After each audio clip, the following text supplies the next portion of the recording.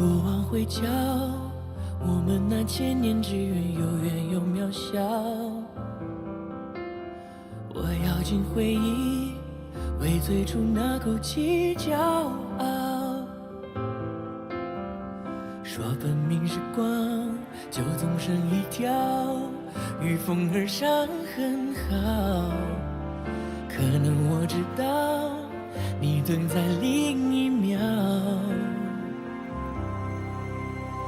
路被光环绕，怎么能忘了希望亲吻我心跳？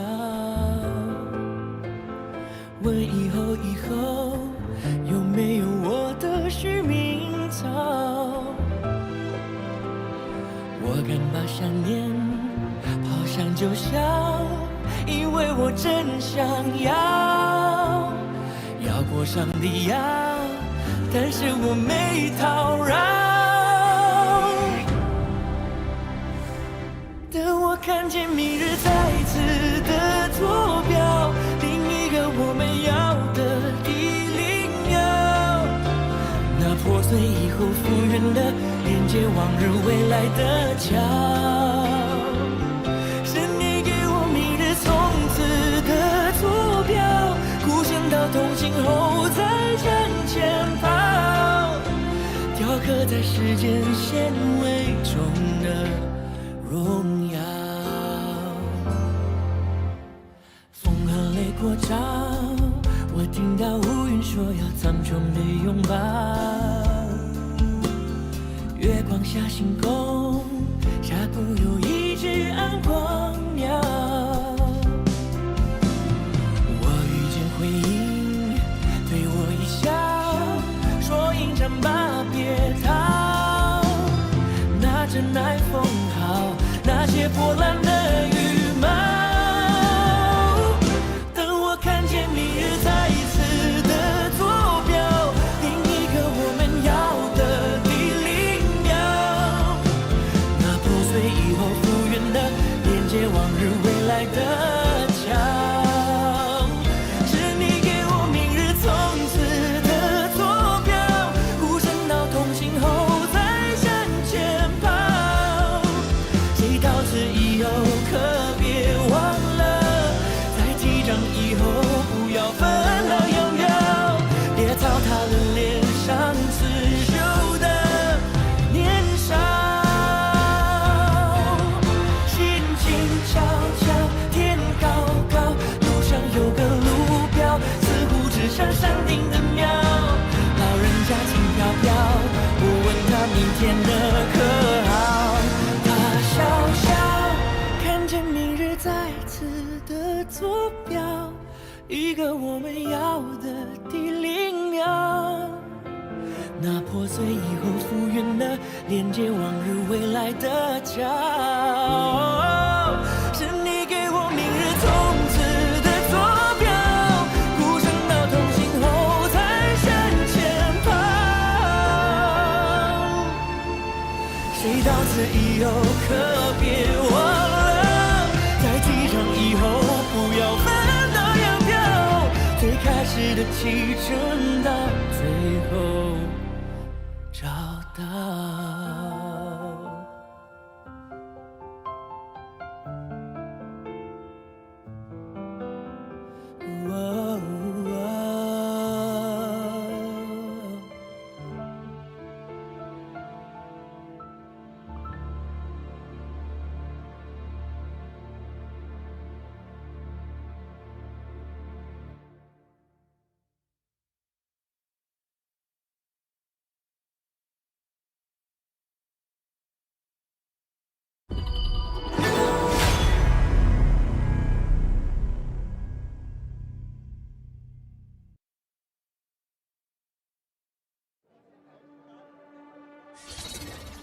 Don't Juan.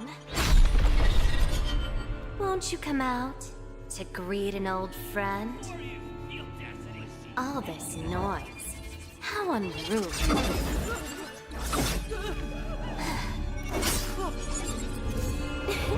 My oh my. Such a grand ceremony, and yet it's become such a mess. Let me help you tidy things up!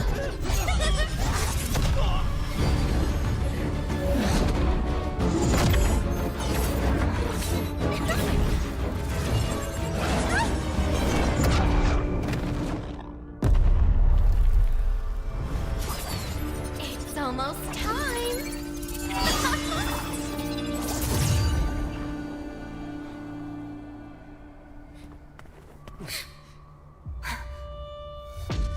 Hang in there. We'll protect everyone. Someone will come to help us. Who will come to help us? No. How interesting. Very interesting.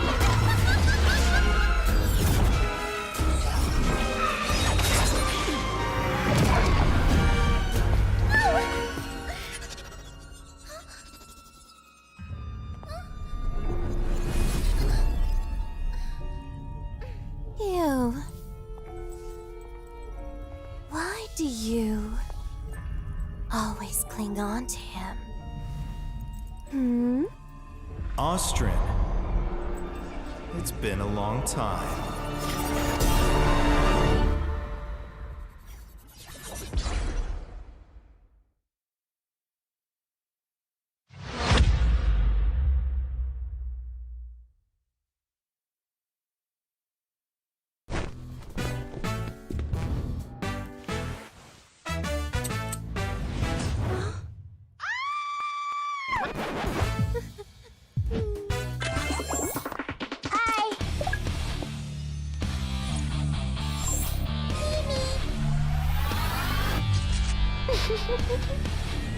Caillou! Do not run!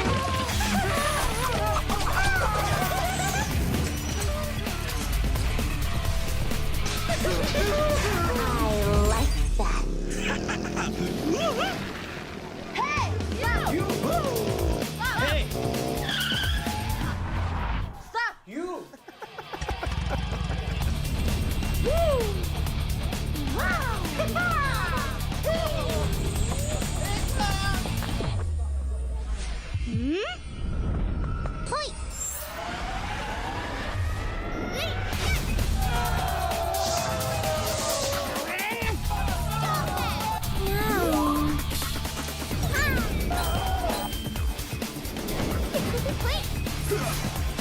Cheers! The cursed name, Kaiser.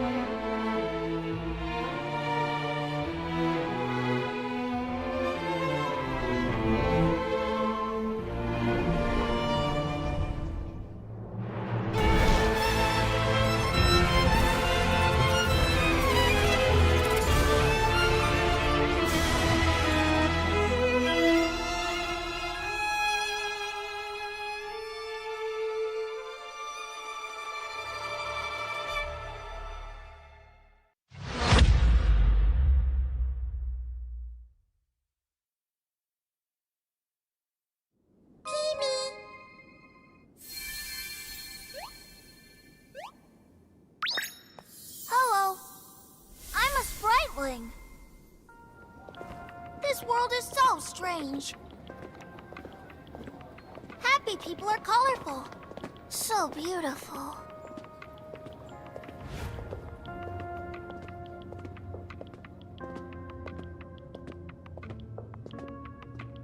Are those their negative emotions? Ah, so scary! Huh? Oh, let me chase away the unhappiness! Sprite lane strike! Ha!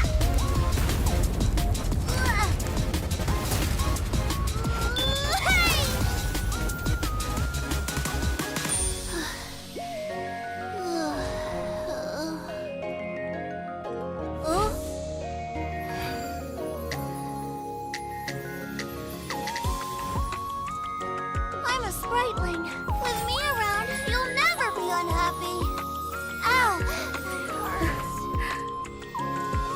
you. Let's be friends. Get him! Get him! Pitch blind, let's play another match. Charge! Welcome to the world of Spritelings. I'll take you to our annual Spriteling Festival. Enjoy HOK and release your unhappiness. The world can't be without Spritelings.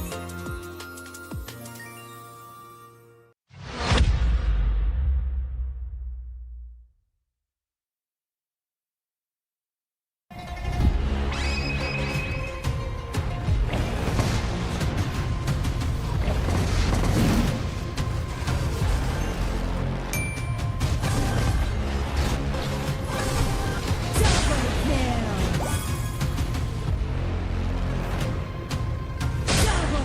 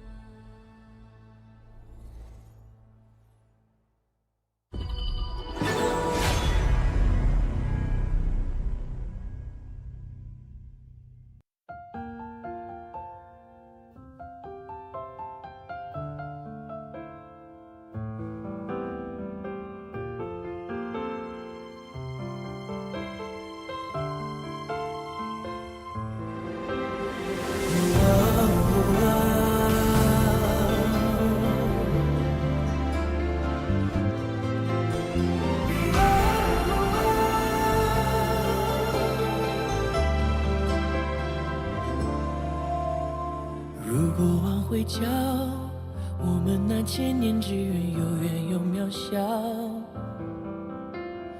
我咬紧回忆，为最初那口气骄傲。说分明是光，就总剩一条与风而上很好。可能我知道你等在另一秒。路被光环绕，怎么能忘了希望亲吻过心跳？问以后有没有我的续命草？我敢把想念抛山就小，因为我真想要过上帝要，但是我没讨扰。等我看见明日再次的坐标，另一个我们要的地灵鸟，那破碎以后复原的连接往日未来的桥，是你给我明日从此的坐标，孤身到同行后再向前跑，雕刻在时间线尾中的荣耀。风和泪过招，我听到乌云说要苍穹的拥抱，月光下星空下固有一只暗光鸟。我遇见回音，对我一笑，说迎战吧别逃，那阵爱风好，那些破烂的羽毛。等我看见明日再一次的坐标，另一个我们要的地灵鸟，那破碎以后复原的连接往日未来的桥，是你给我明日从此的坐标，孤身到同行后再向前跑，谁到此以后可别忘了，在击掌以后不要分道扬镳，别糟蹋了脸上刺绣的年少。心静悄悄，天高高，路上有个路标，似乎指向山顶的庙，老人家轻飘飘，我问他明天的可好，他笑笑，看见明日再次的坐标，一个我们要的地灵鸟，那破碎以后复原的连接往日未来的桥，是你给我明日从此的坐标，孤身到同行后才向前跑，谁到此以后可别忘了，在击掌以后不要分道扬镳，最开始的启程到最后找到。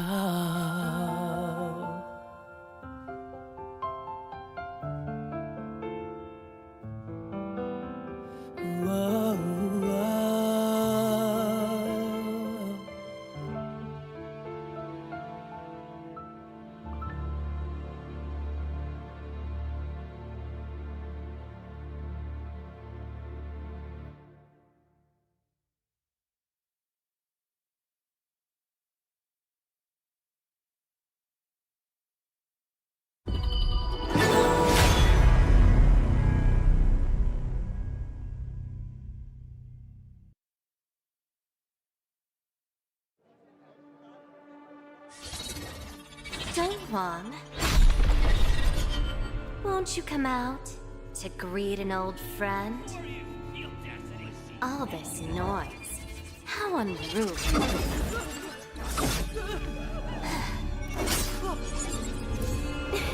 My oh my, such a grand ceremony, and yet it's become such a mess.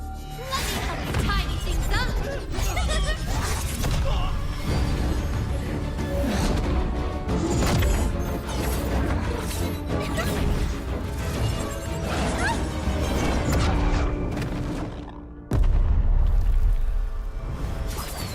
It's almost time.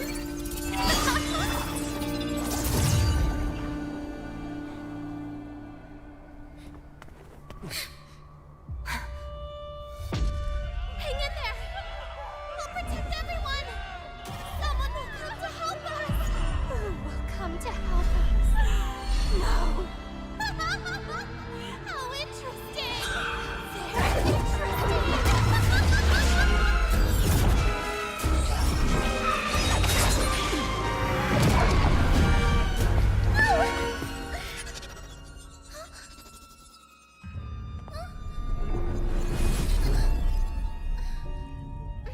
You.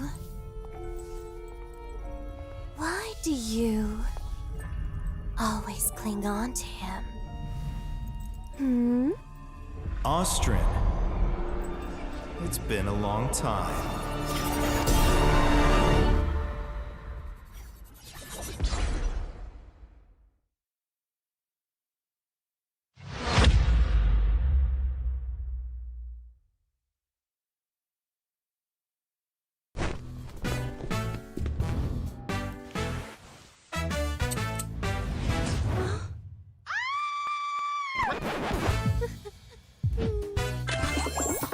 Hi.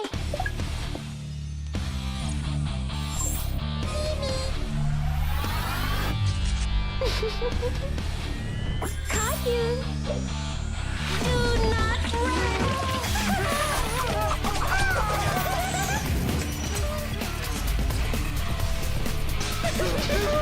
I like that.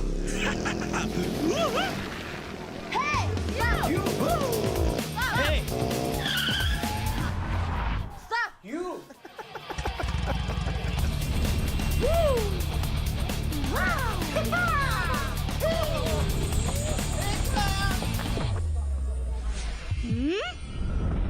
Point!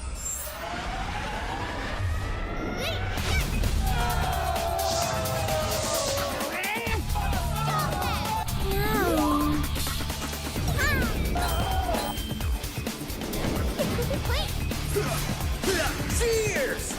The cursed name, Kaiser.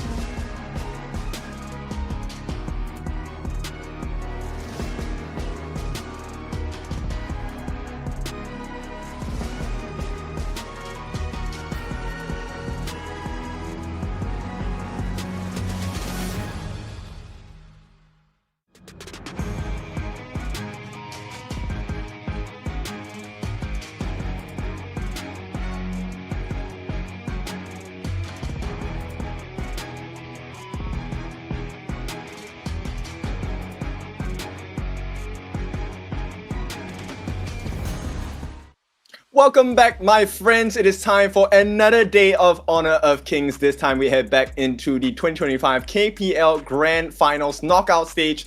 It's your favorite kind of tofu, Kindofu, and with me once again, it is Sagi. How are we doing today?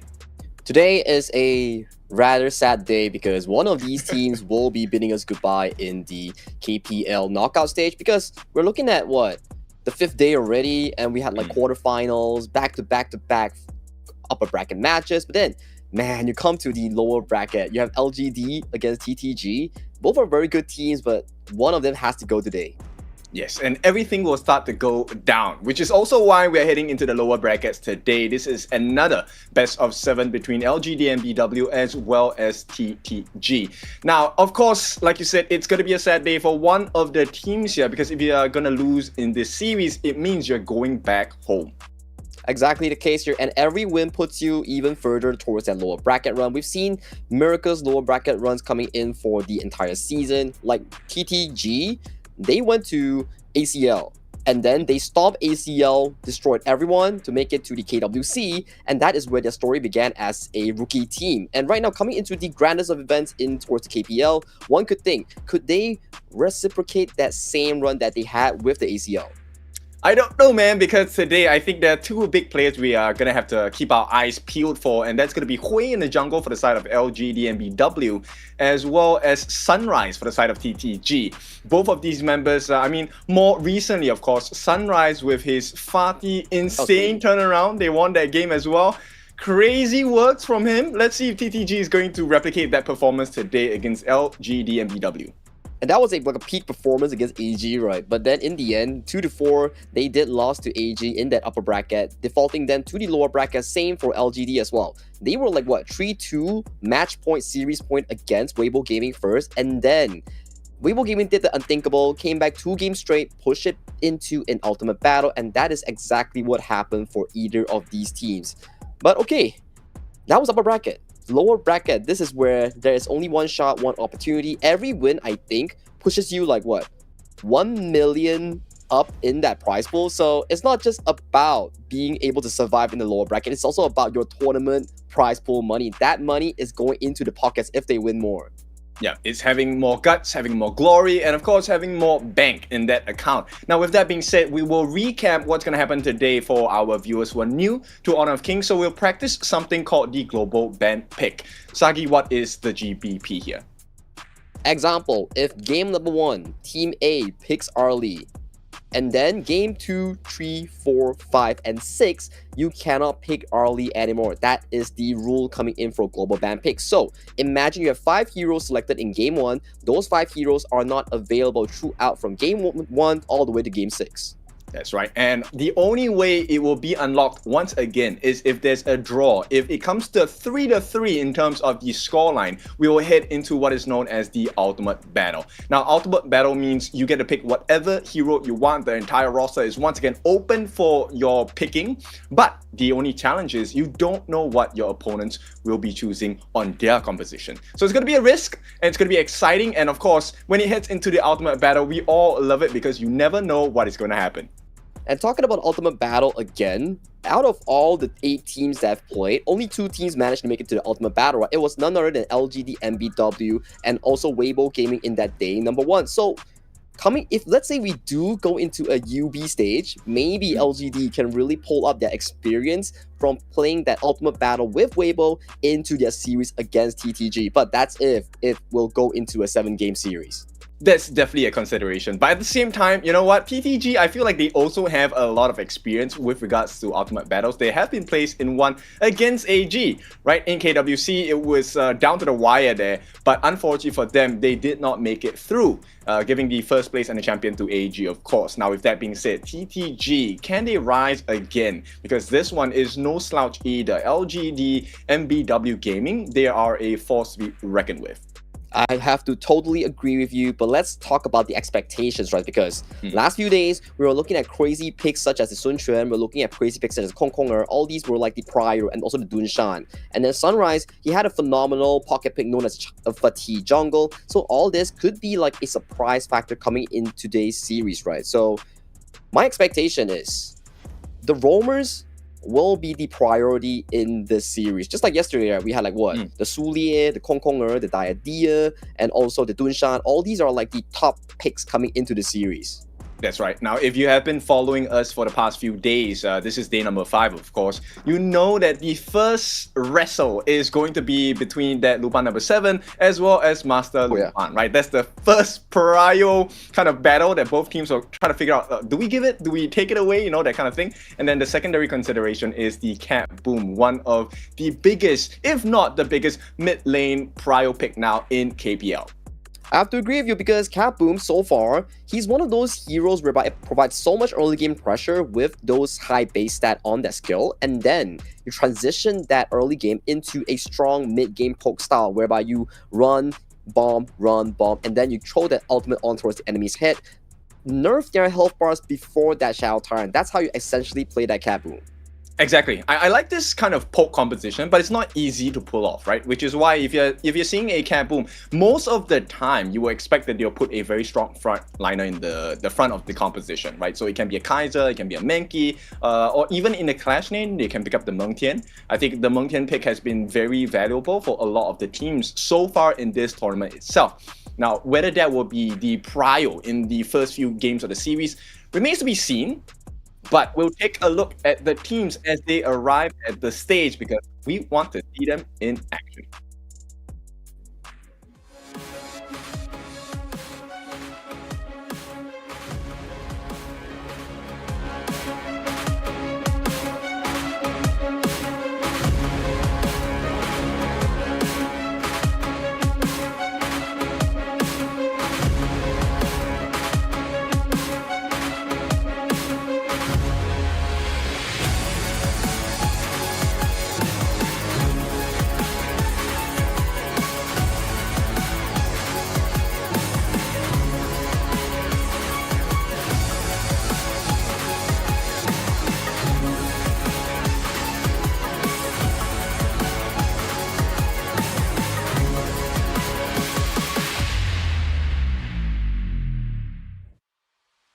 And there you have it, ladies and gentlemen. That is the upcoming teaser of our matchup of today in the lower brackets between LGDNBW Gaming and also Talent Gaming. Yeah, you've seen the captains, right? So you have seen Luo on the side of LGDNBW and you have Ching on the side of TTG. So the captains, we have seen the progress, how they're able to lead their teams, but there's one player in particular I want to talk about, and this is on the side of TTG. I feel like Snowy was visibly tired in the last best of 7 against AG. I wonder if that's going to affect his performance today, because if he gets on point and on form today, I feel like LGDNBW is not going to have a fun time today at all. That is what we talk about, right? The marksmen are the fundamentals and core of your mid to late game DPS. They are the ones that need the most gold to be able to do the most damage, but at the risk of being the first to die if you're exposed to the assassins in towards the Clash lane or the jungle, or even these mid picks like the Cat Boom or like the Maestro Nui. Exactly, and I think this also puts into consideration the minds behind the team. So on the side of LGDNBW, you have Moran, who is going to be the head coach, right? He is the one responsible for trying to give the best tools, but also making life difficult for the opponents. Now, it's no easy task because on the other side, for Talent Gaming, is going to be Coach Juza. He is one of the most decorated coaches in KPL. Oh yeah, he's the known general of the KPL. He does draft differently and he has a special way of doing all these surprise picks. Like what we saw in the series against AG from the side of Talent Gaming. They whipped out the Donghuang and secured a win against them. And that is actually something very interesting as well. Just like their Sunrise Fatigue jungle as well. Not something we usually see, but it is something that they tried and really found success with. But let's save the talk and let's check out the stage before we head into the matchup. 各位好，欢迎来到2025年 KPL 年度总决赛淘汰赛的现场。各位好，我是英凯，欢迎大家的到来。在经历了首轮的4场对决之后，今天我们终于迎来了淘汰赛的第一个败者组对决。今天将会有一支队伍无缘后续的赛程，胜者晋级，败者淘汰。今天的2支队伍，一支鏖战巅峰，另一支也难掩锋芒。究竟谁能够笑到最后呢？ 首先，让我们欢迎杭州 LGDNBW。Let us welcome LGDNBW.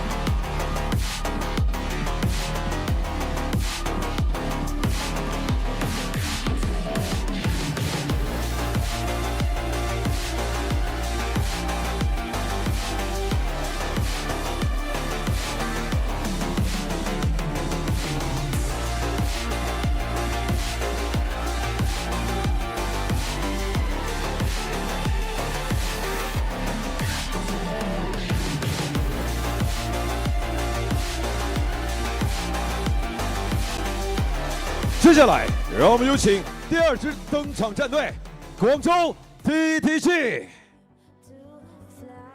Hailing from Hangzhou, let's welcome Talent Gaming to the stage. It's time to fly. Nothing's gonna stop me now. Nothing's gonna stop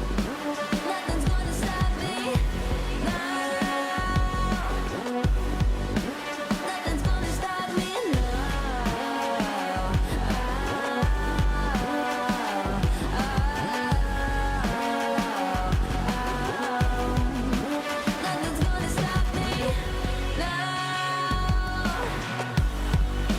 Nothing's gonna stop me now. Nothing's gonna stop me now. Nothing's gonna stop me now. Nothing's gonna stop me now.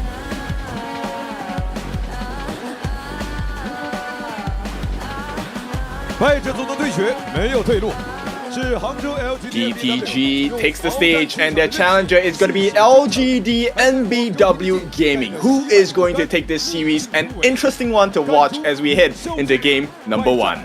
It will be very amusing as well because we're talking about like the Masters rotation that they really tried during the group stage, and then we're starting to see subs coming in, right? If I'm not mistaken, right? On the side of LGD, Xiao Han, which is the farm lane of their subs, is taking over the role against Xiao Jiu in that farm lane.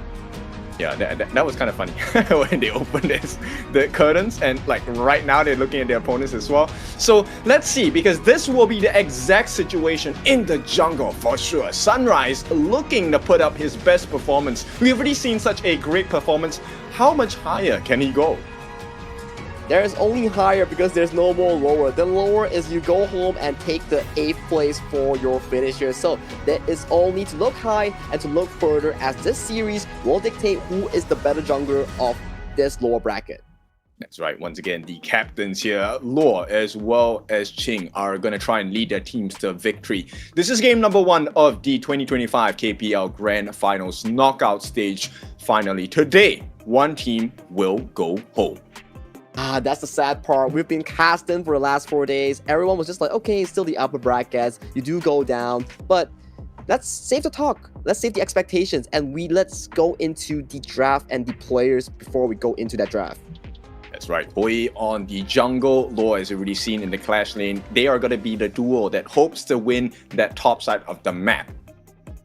Top side of the map, but without mid lane on towards the side of classics, you can't really control the map because mid lane is the core of the team. That is where the engine starts to get running.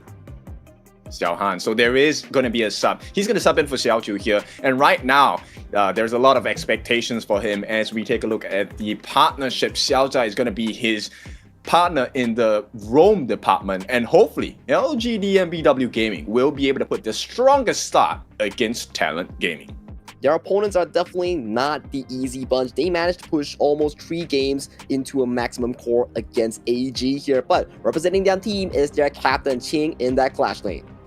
He is one of the most phenomenal players, and we're talking about the second one that's going to come in place as well, the jungler coming in, Sunrise, with his superb performance on that Fatih. Is it going to be the difference maker today?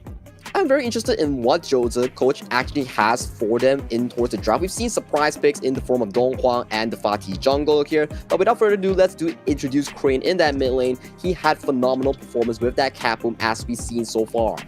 That's right. And in the farm lane, Snowy, the player that I feel like needs to bring his A game all the way today in the farm lane. He's going to be supported by his roam here, and that's going to be Joy. Now, the two strongman duo here on the side of TTG have performed well, but there's always another higher mountain to climb, and that mountain today is LGDNBW Gaming.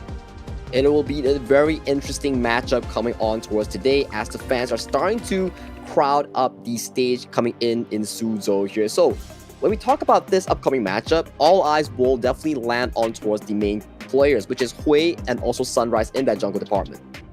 So some of the TTG fans here hoping for a superbly clean series here, asking the team for a 4-0. I know you guys have been putting in the comments your thoughts on the scoreline. So give us more. Let us know. What do you think the scoreline is going to be here? What about you, Kin? What do you think the scoreline will be here? Is it going to be a 4-3 special because Kin is on the broadcast, or are we going to be a 4-0 for either teams? Well, you said it. I'm on the broadcast, right? So this is going to be a long day, man. I feel like both teams have the potential to pull this all the way until the ultimate battle. But who really takes that ultimate battle, I think, will be based on so many things, right? Fatigue, deban picks, and of course, what kind of research have the coaches done on each other? Especially when you mentioned this, whereby do you think LGDNBW had more time to prep because they started at day 1 on that upper bracket, and then they had 3 days to observe the entire KPL Grand Finals 2025 on how the other quarter matchups actually happened here. And for the side of TT, they only had like what, 2 days of rest? Fully agree. I think, rest is definitely super important. At the same time, it's also interesting because, look, both these teams have been very frequent in KPL. They have been here for a long time. So I think with this, it really makes it even 50-50. I don't think the difference of 2 to 3 days is going to be too big of a gap for either of these teams to fill.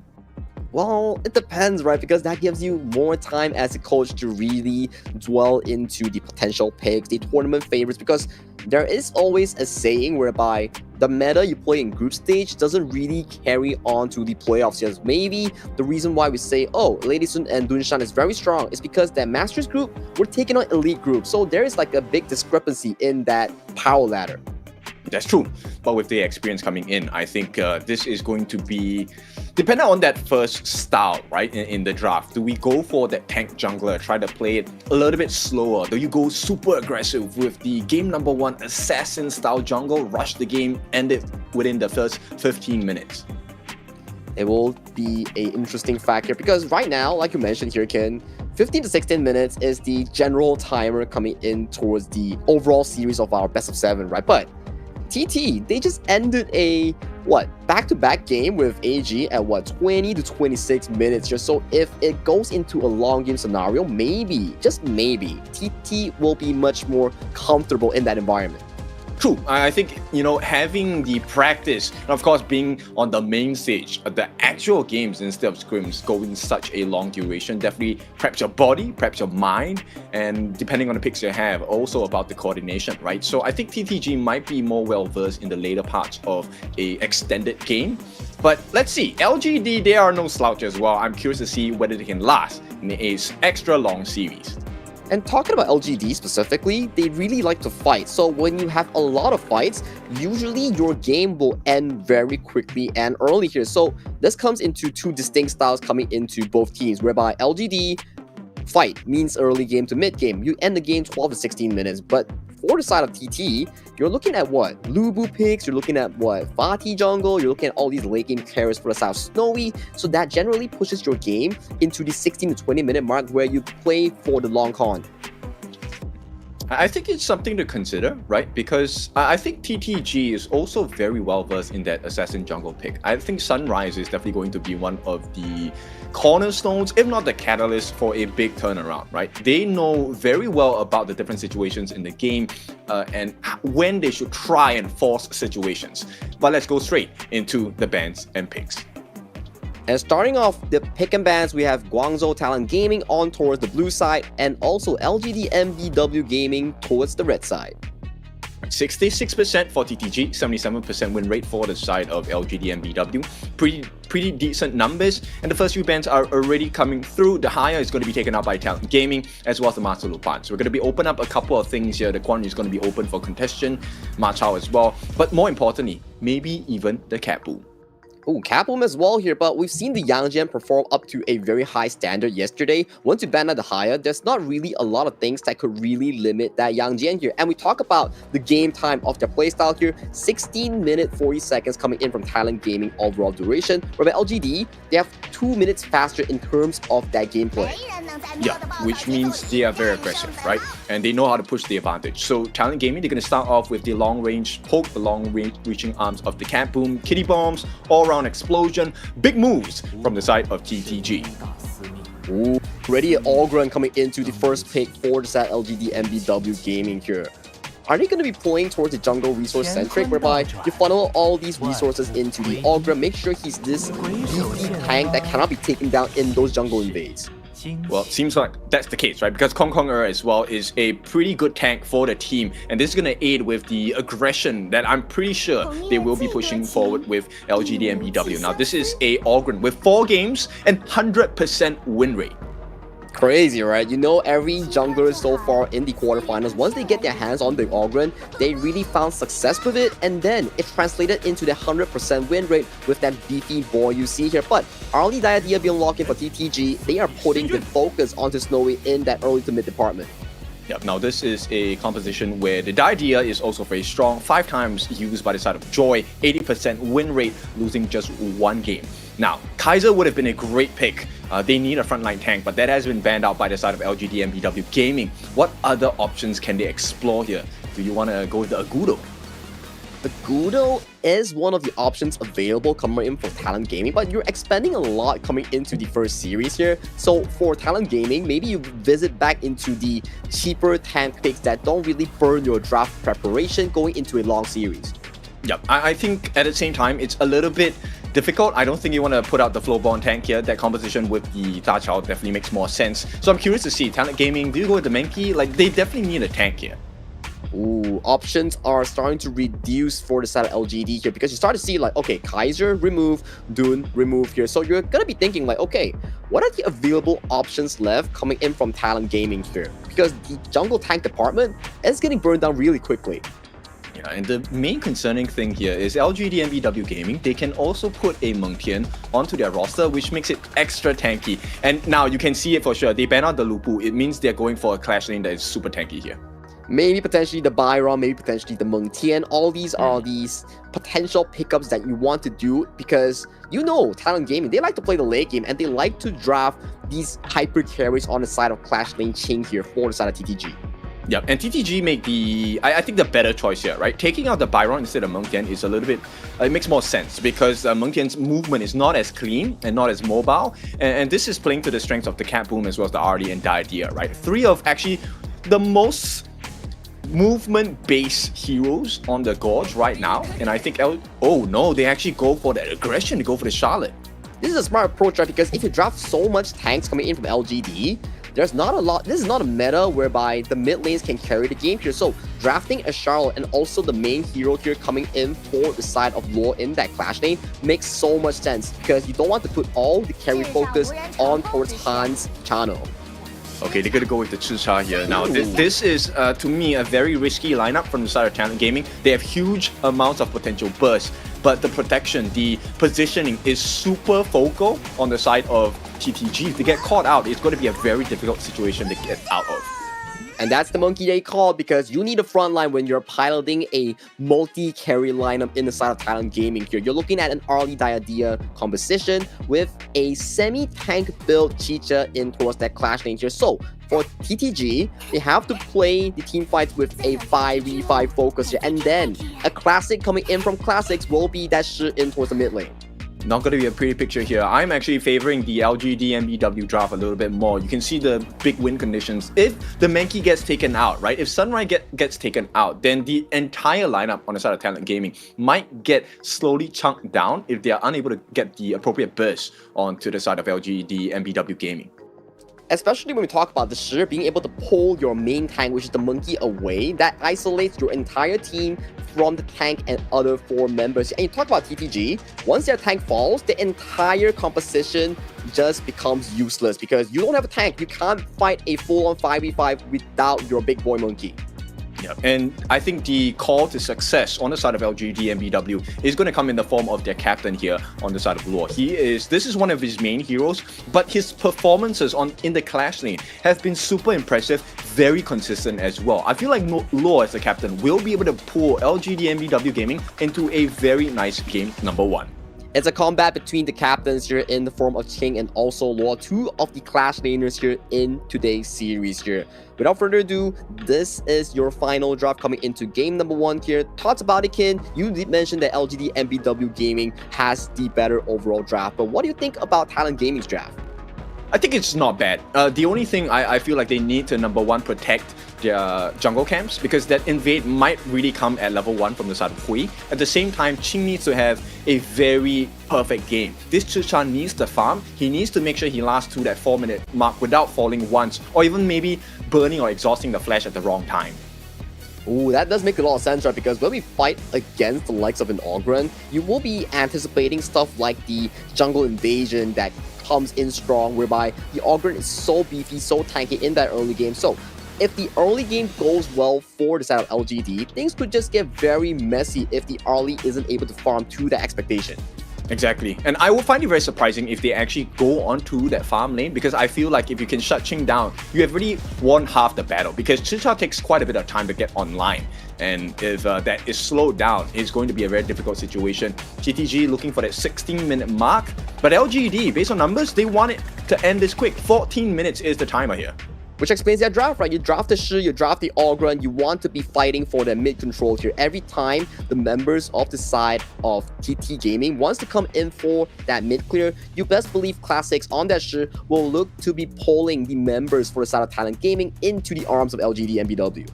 Yep, we also have to pay attention to Xiao Zhai here. This Konger is going to be a big problem. Once he gets a reposition with the puppets as well, it's going to be an absolute tornado. Or in this case, a hurricane that is hard to deal with. Oh yeah, the engage coming in from the Kong will be a very interesting factor as well. Coming into the game number 1, LGDNBW Gaming takes on Talent Gaming here. Priority of the engage fall towards the side of LGD, but if Talent Gaming can find their favorite late game, can find their favorite item power spike, that may just allow them to push on for their favorite timers. That's right, so we will get the cheers from the fans here as game number 1 progresses. Let us hear them scream and shout.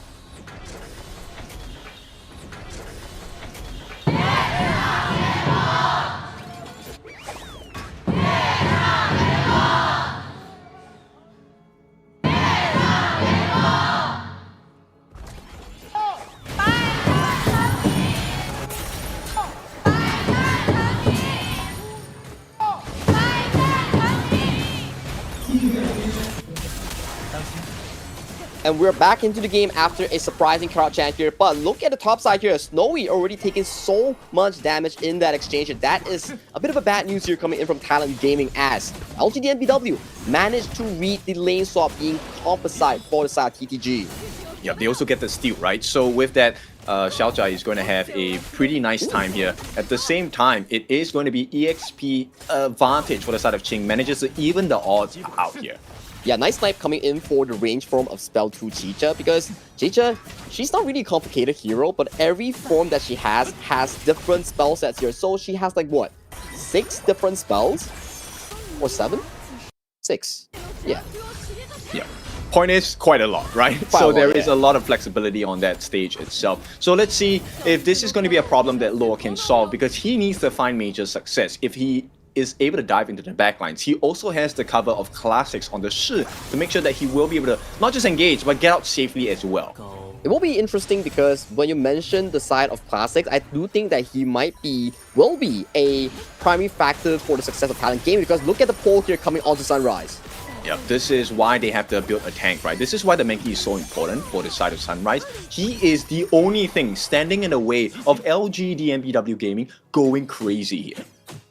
Which goes back to the same discussion that we had. If this monkey gets pulled out of position, that could just go very, very ugly for that Talent Gaming, because you're running a singular tank team composition. Once Sunrise falls on Monkey, the entirety of Talent Gaming will suffer a lot. And topside, we see a bit of a trade here in favor of Crane in that 1v1 matchup.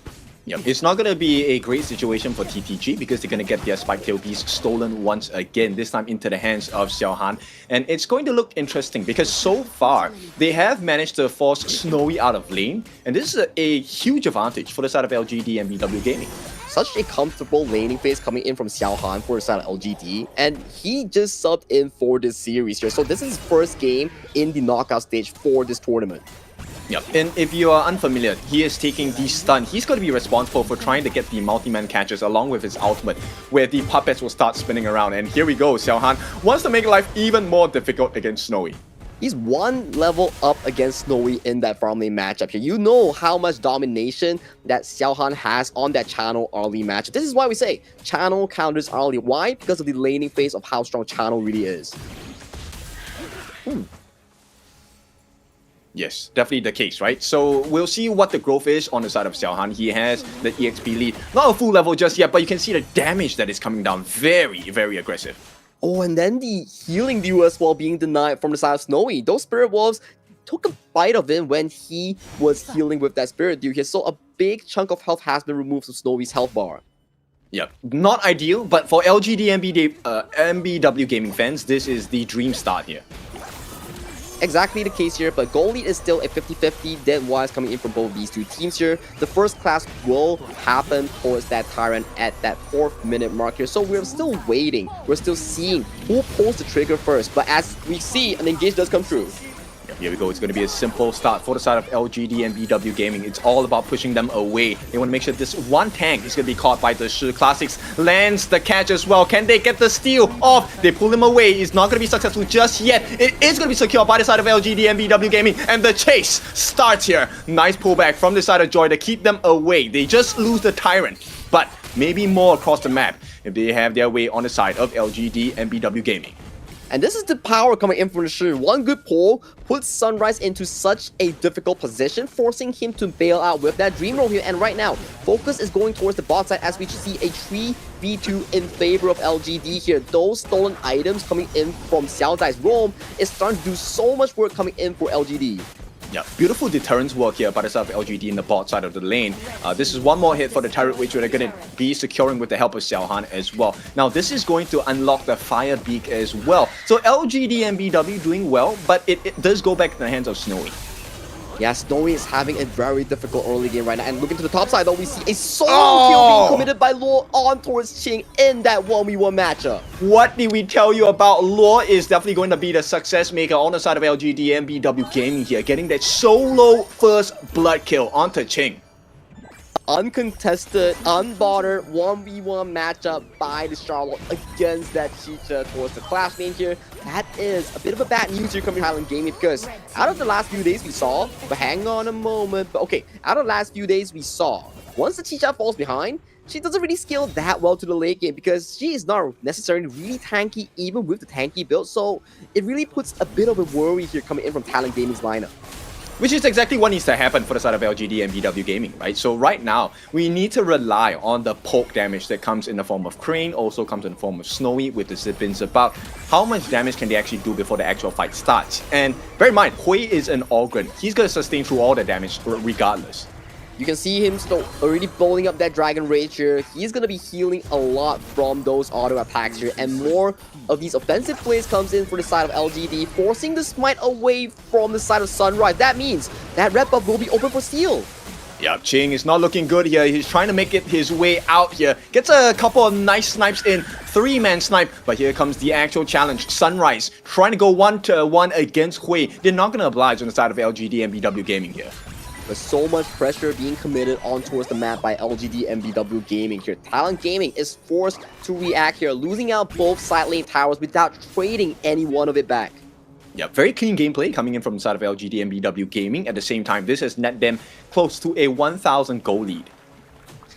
Snowy has to find farm. If he's able to find 3-item breakpoint by the 10-minute to 11-minute mark, then maybe Talent Gaming has much more of a chance in these teamfights, because so far we're seeing Xiao Han is riding the gold lead so well here. But take a look to the mid lane here, more pressure being committed by Hui with that Augur. You know he's damn tanky. Yeah, he can't even get to the front lines here. This is a risk that Ching is taking 2-on-1, but the backup does come. The stun comes in as well. He will be falling here. It has to be. And they do get the kill. Luo gets a secondary kill against Ching. And this is a great situation for the side of LGDNBW, because the next neutral resource is available for the taking. But the check comes in. Sunrise looking for an opening as well. The lockdown available from Joy, not going to do too much at this point. LGDNBW Gaming, they are looking for an entry point. Not going to be given a chance now, but they will have prio across the map. Such a worrying factor coming in for the side of Talent Gaming here. Luo on the Charlotte is a late game monster here. One that could really match Ching and Snowy on that double carry here. So feeding him more kills is not a good news for the side of Talent Gaming. It's definitely not, right? Because the frontliners are strong on the side of LGD. You have Hui on the Algren, essentially unkillable at this point. You also have Xiao Zai, who's able to weave in and out of the fights. And here we go. This is the pressure that LGD are famous for, putting pressure on that Crimson Golem. But the true target is here on the backline. They get the catch, but it's a mistake. Looking for that engage here on the side of Sunrise, unable to keep pace up. The Shi does make it out. So Classics opens up the goal for the team. LGD looking for this Tyrant take. Is it going to be stolen by the side of Sunrise? Not going to be contested at all. So LGD, another big advantage here. Out of that play as well, Classics was so chill with that flash. He didn't even have to commit it for the disengage here. So that is still a big spell being saved for the side of LGD. But looking to the front side here, Ching has no flash on that Chicha, but does have that additional movement speed. I mean, he's already done a lot of work, right? Taking the T1 at the top is a very important resource, opens up the top of the map as well, and balances out the deficit. But for now, once again, LGD, they know they have the advantage. Pushing it against Sunrise, the true target here is to steal away the Azure, but Sunrise secures it for the side of Talent Gaming. And LGDNBW Gaming, they are thwarted because another T1 taken by Ching. Yeah, another T1 is going to be taken by Ching here. That is the mobility play here coming in for Chicha. Very good macro trades thus far for South Talent Gaming. And LGD, they're going for the offensive here, but they are unable to steal away the small camps. They're unable to steal away those buffs that we talk about. Yes, and I think maybe right now for LGDNBW, instead of trying to go for the fights, I think it's also good to take a look at the macro. While they are able to make the...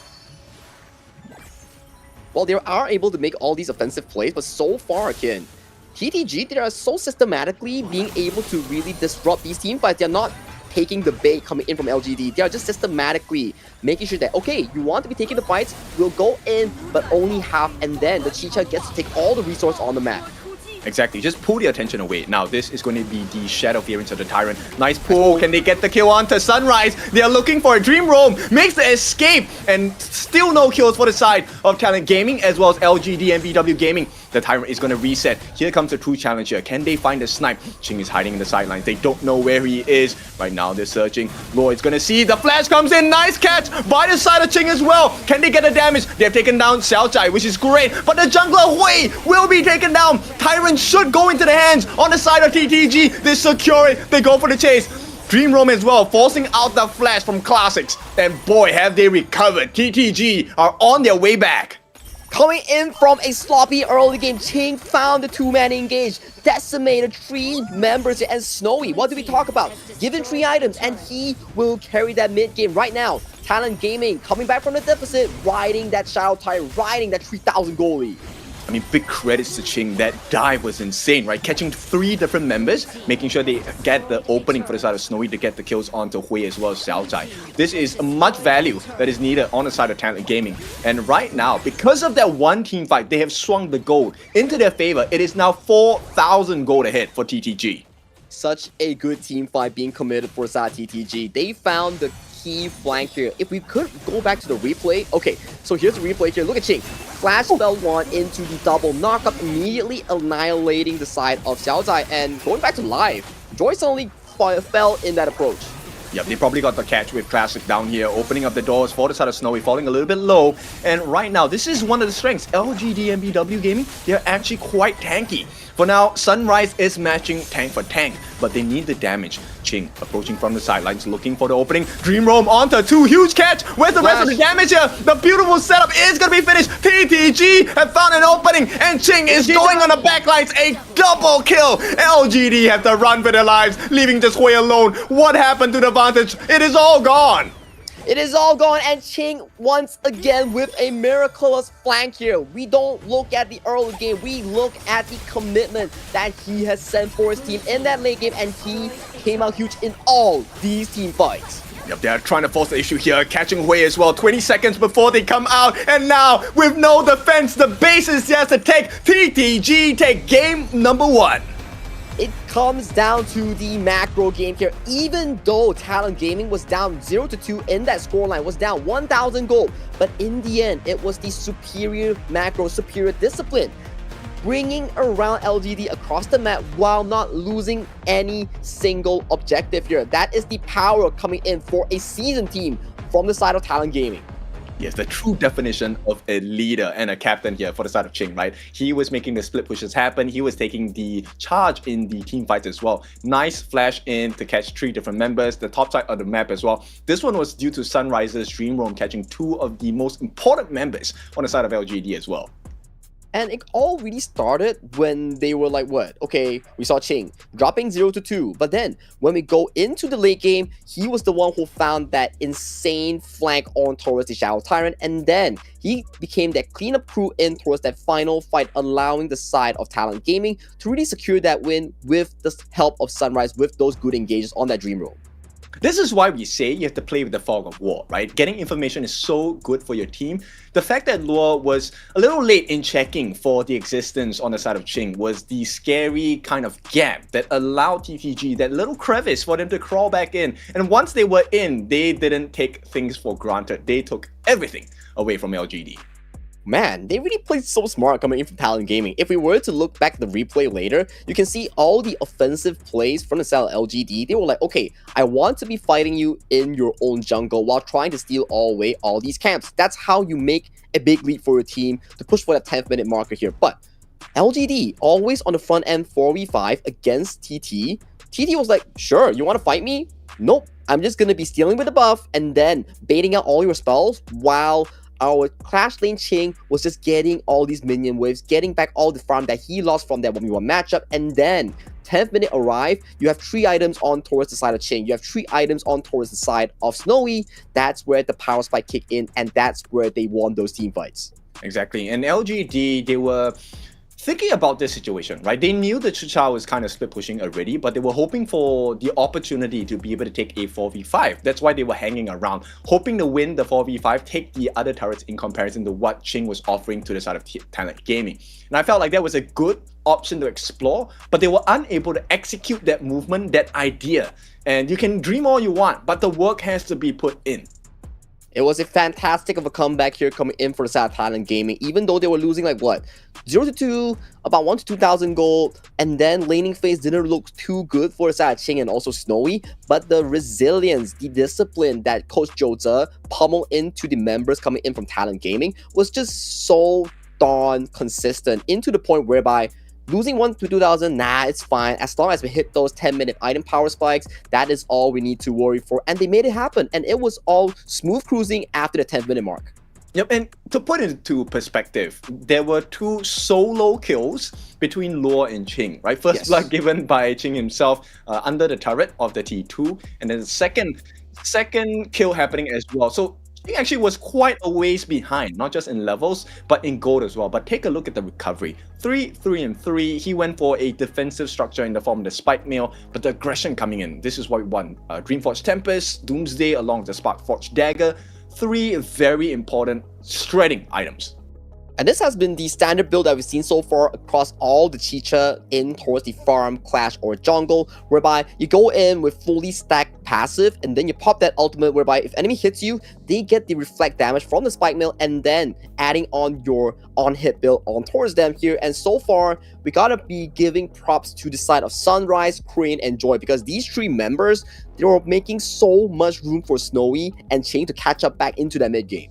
Yes, which was a little bit of a cause of a concern, right? Because Classics was actually meant to be that opening door for the side of LGD, right? Catch the Mankey, everyone burst him down, and then we get the team fight advantage. But unfortunately, Classics was unable to find the opening, and then Sunrise took advantage by diving even deeper, which meant the rest of his backline had access into the lineup of LGDNBW Gaming. And you can see the gold shot, right? It was all smooth sailing coming in from LGD, whereby they were trying to force fights, trying to force all these big plays. But in the end, it was TT Gaming with the superior macro, superior discipline, making the game fall into their pocket with that miraculous 10th minute fight, thanks to the flank coming in from Ching. Yes, beautiful movements by the side of Talent Gaming, right? And let's be honest, it was pretty a dire start, I would say, for the side of TTG. It felt like they were not going to make it past the 10-minute mark because LGDNBW Gaming, in theory, should be able to wrestle their way and force them against the wall here on the side of TTG. We did mention that, okay, LGD had like a better draft, had like a better early game, but think about the power spike here. Talent Gaming, they know that if they don't play towards that power spike at 10th minute, they're done for. That's where once Ching and also on the side of Snowy got their items, they forced that fight and they got so much value here because at that point, the channel doesn't really outdo the Arlie here. It is all the Arlie and Chicha show coming in from Talent Gaming here. There we go.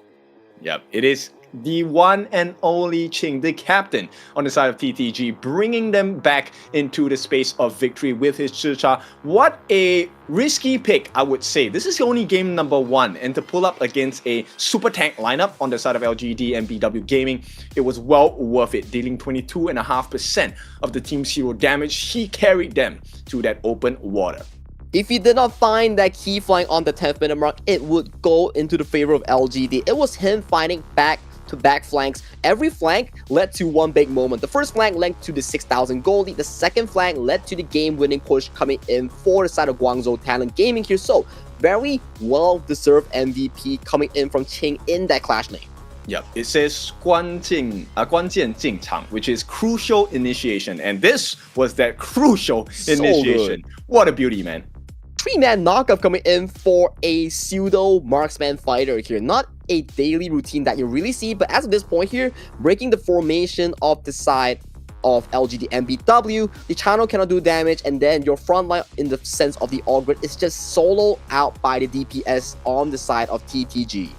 Yeah, the choice to push away Xiaohan was a smart one because the channel would have been able to turn things around. But look at this Dream Roam, catching both the farm and the roam. A beautiful move by the side. And this was after the fight whereby channel no longer had flash. So catching on with that Dream Roam immediately allowed Ching and also the side of Snowy to catch back into those fights to really deal all the DPS without having to worry of the counter damage coming in for the side of LGD. Because you looked at, okay, channel does a lot of damage, but without a proper formation, he's just another squishy to be dealing with. Exactly. And to aid in this matter itself, if you take a look at the itemization by the RD on the side of Snowy, he bought something, a half item, right? The Protector Cuirass, which gives you a little bit more physical defense. It might not seem like the biggest difference, but the channel on the side of Xiaohan did not have extra physical defense. And that was the difference maker because that allowed Snowy to dive in a little bit deeper, a little bit more greedy on his sense, and wasn't able to get the punish on the side of LGD. That's the life of Gnarly. You gotta be using those leaf step proactively, aggressively to find those like early game movements, to find those like in the face sort of damage. So you definitely have to build a bit of a tankiness in the form of that Ominous Premonition to give you more HP, give you more tankiness against those burst damage. Yeah, so that's game number 1 here as we get ready for game number 2. Was this within your expectation based on the draft? Ooh, for my expectation, I do believe that Talent Gaming played it to a superb level whereby all the boxes checked for me, whereby the monkey didn't die to any of the shield engagers, and then the 2 marksmen coming in for the side of TT Gaming also found their farm at 10th minute, and then they won that 10th minute. I think all the boxes do check, even though LGD had a more solid and safe draft. they got beaten by timer, whereby 10-minute is not your strong suit because once you pull in and your formation gets dropped by the Chicha, it's all over if you cannot protect the channel. For sure, and one more thing I like to point out is the fact that I like TTG's positioning, because if you notice the way that they played and the way they positioned, you were expecting that LGD is waiting for Law to jump on the backlines. But the distance set between the two split positions on the team, where the Menki, Sun... Oh yeah, the Menki from the side of Sunrise really played a lot of engage, yeah. Yeah, there was a very huge distance, right, between the backline and the front line, but it still made enough space for them to cover during the team fights to get the damage in. Yeah, and then you figure one thing, right, whereby if your channel gets engaged on, he has no flash and gets jumped on by the monkey, you worry one thing. Yeah, your DPS, sure, is much more wonderful compared to the side of Talent Gaming, but once channel gets touched by the monkey, where's your DPS? He's just gonna be running and repositioning, and that's all the damage that's been losing out for the next few minutes. Yeah, forces you to choose, right? Do you defend against the Menki or do you try to dive the backlines if you're Lua? Well, Lowell definitely had a fantastic of an early game, but due to the item power spikes kicking in for the side of both the Clash lane and also the farm for TTG, it all spelled doom where they lost at 10th minute mark. That is why we keep talking about, if you lose at 10th minute mark team fight, you lose the Tyrant, you lose the team fight, maybe 3 kills, and then your jungle is an open resource for the enemy team to really scavenge and collect, and then all the minion waves you're losing, that just spills 3 to 4k gold lead over to your opponent's pockets, not what you want to be losing at such an important timer. Yes, they got a 4,000 gold difference with that win on the fight. But that is not just the only goal they got, right? Because that was with a deficit. So they definitely got more than 4,000 based on the initial exchange at the 10-minute Tyrant. Yeah, that was just crazy stuff so far coming in from Talent Gaming. It looks so smooth on the early game, especially Lore on that Charlotte, finding back-to-back solo plays, showing the dominance in that Clash lane, but it was the superior teamwork all around coming in for the side of Talent Gaming that really pulled their team back into an equal footing and winning that key team fight at that 10th minute timer. Okay, so game number 1 is done and dusted. It's not the be-all end-all, it's just a great start for the side of Talent Gaming. LGDNBW Gaming looking to recover, or will history be made once again for TTG to be the second team to lead a series 2-0? 2-0 will be an interesting start here coming in for the side of Talent Gaming here. For LGDNBW, you will need to revisit those early game aggression here. This is your known playstyle. You want to be fighting. You want to be looking for the proactive plays here. But being dismantled so smoothly by TTG, you gotta revisit your plan here. Oh, for sure, right? I think there's definitely a lot to consider because now the momentum, the players are definitely motivated on the side of TTG, right? And this provides a new level of aggression that they might explore. Well, it all starts with the draft, right, Kin, whereby game 1 draft, it is very close to the fact for Talent Gaming. They draft I want to say greedy, but a more mid to late game draft with not so decent laning. But in the end, they managed to make it work. So for LGD, you played a much more early to mid game whereby you rely on the Shi and also the Ogren to really push for those farm and plays. But in the end, you fail those attempts here. So do you double down and go in with your usual playstyle, or how does it work? I feel like, you know what, they've already shown very strong prowess in the early game matchup, right? So why not LGD just go for an early game centric draft? Early game centric draft, I do think that's what LGD really looks to favor. That's why you saw the Shi, right? Whereby I remember in one of the interviews why Shi was such a popular pick is because you can force those mid lane team fights, whereby why is mid lane so important? Whereby you have the waves crashing in, and once you clear mid, that allows your team members to move into the enemy jungle or towards the side lane even faster compared to your opponents. That's why you can force fights at mid lane. Yes, at the same time, it's also one of the prominent lanes where teams really start to force that goal sharing, right? We've seen multiple times in the early parts of the game, all 3 members will converge at the middle grounds to get the goal sharing in, get the EXP as well. And it has worked out for both sides. So let's see in this game number 2, do we go for that aggressive early game lineup from the side of LGD and really bring the game to TTG here? When we talk about early game, it will always come into form of such few things like the Cap Boom, like the Haya here. But let's check out the side of the pick and bans here with Talent Gaming on towards the blue side and also LGDNBW Gaming back to the red side, same as game number 1. Yep, let's see. Talent Gaming, they ban out the higher. And it's the same thing, but now Cat Boom, do you allow it on the side? Looks like no. The answer is no. Because LGD, they want to be fighting you. They want to force all these big plays here. And what better way of limiting that early game than to ban away the mid lane, such as Cat Boom, throwing the kitty bombs, throwing those aggressive side lanes, and also the Haya, whereby they can force the river control. Looking at the current draft right now, I'm starting to think what kind of first picks we will really look into, but the Dunshan gets locked in for the side of Talent Gaming here. We might just see more of these Dunshan combination in towards the Fati. Exactly. I think Dunshan is a great pick for the side of Talent Gaming. I was really considering a Suli at that point. Ooh, Fati immediately gets taken away for the side of LGDNBW Gaming here. And then another combination that works so well with the Dunshan, Lady Sun as well, denied from the hands of Joy and also Snowy in that farm lane. This is a main hero for the side of LGDNBW. So let's see if Xiaohan is going to be able to pull this off. Ooh, it will be interesting. It will be interesting. It is his main hero, and he is fighting one of the best farm laners in the recent years of KPL here. This is what, Snowy's first year, and he's already been to so many grand tournaments and been into so many finals so far. But Talent Gaming rounding out the draft with even more tanky boys here. This right here, this hero is Ching's main hero in that clash lane. Very big concern for the side of LGD, because if the Lady Sun and Fati get caught together, which is not easily done, but if that happens, Talent Gaming are absolutely going to destroy them with one moveset. Exactly the case here, but I like LGDNBW's draft here, right, whereby you're already putting focus on towards Xiaohan in that farm lane, so why not take the combination of the Lady Sun and also the Zenren to provide more farm into your primary carry on that farm lane. I like the idea. And here's the solution to that for the side of Talent Gaming, right? Let's just play the poke game. Poke them before the actual fight starts. We maybe even burn down their first life before we actually go for the engage. Also pretty curious what Talent Gaming wants to be pairing up this Dunshan with their draft here. So far, all the known combinations has been removed from the pool here. And then more focus in the second phase will be targeted towards Snowy in that farming pool as well. That's true. I mean, you would like the Long, like the Erin as well. We've seen that combination being pulled out. Maybe the Soya, I'm not sure. I think that's a great answer if it really hits into the late game.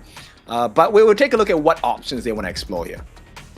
Will be interesting, but red side does allow you to be picking first in that second phase here. So batting away so many of these picks here, they might just put this mid lane focus in towards the side of LGD in that mid lane pool here. And then potentially we might see the Fati being flexed towards the jungle, just like what TTG pulled out. Yeah, that would be interesting to see. And here we go. LGDNBW Gaming, they know about the tankiness. They take the Angela for the tank shred. Now, does Talent Gaming go for that Nua mid pick at the burst in before the fights, or are you looking at someone else, or maybe the Injun here?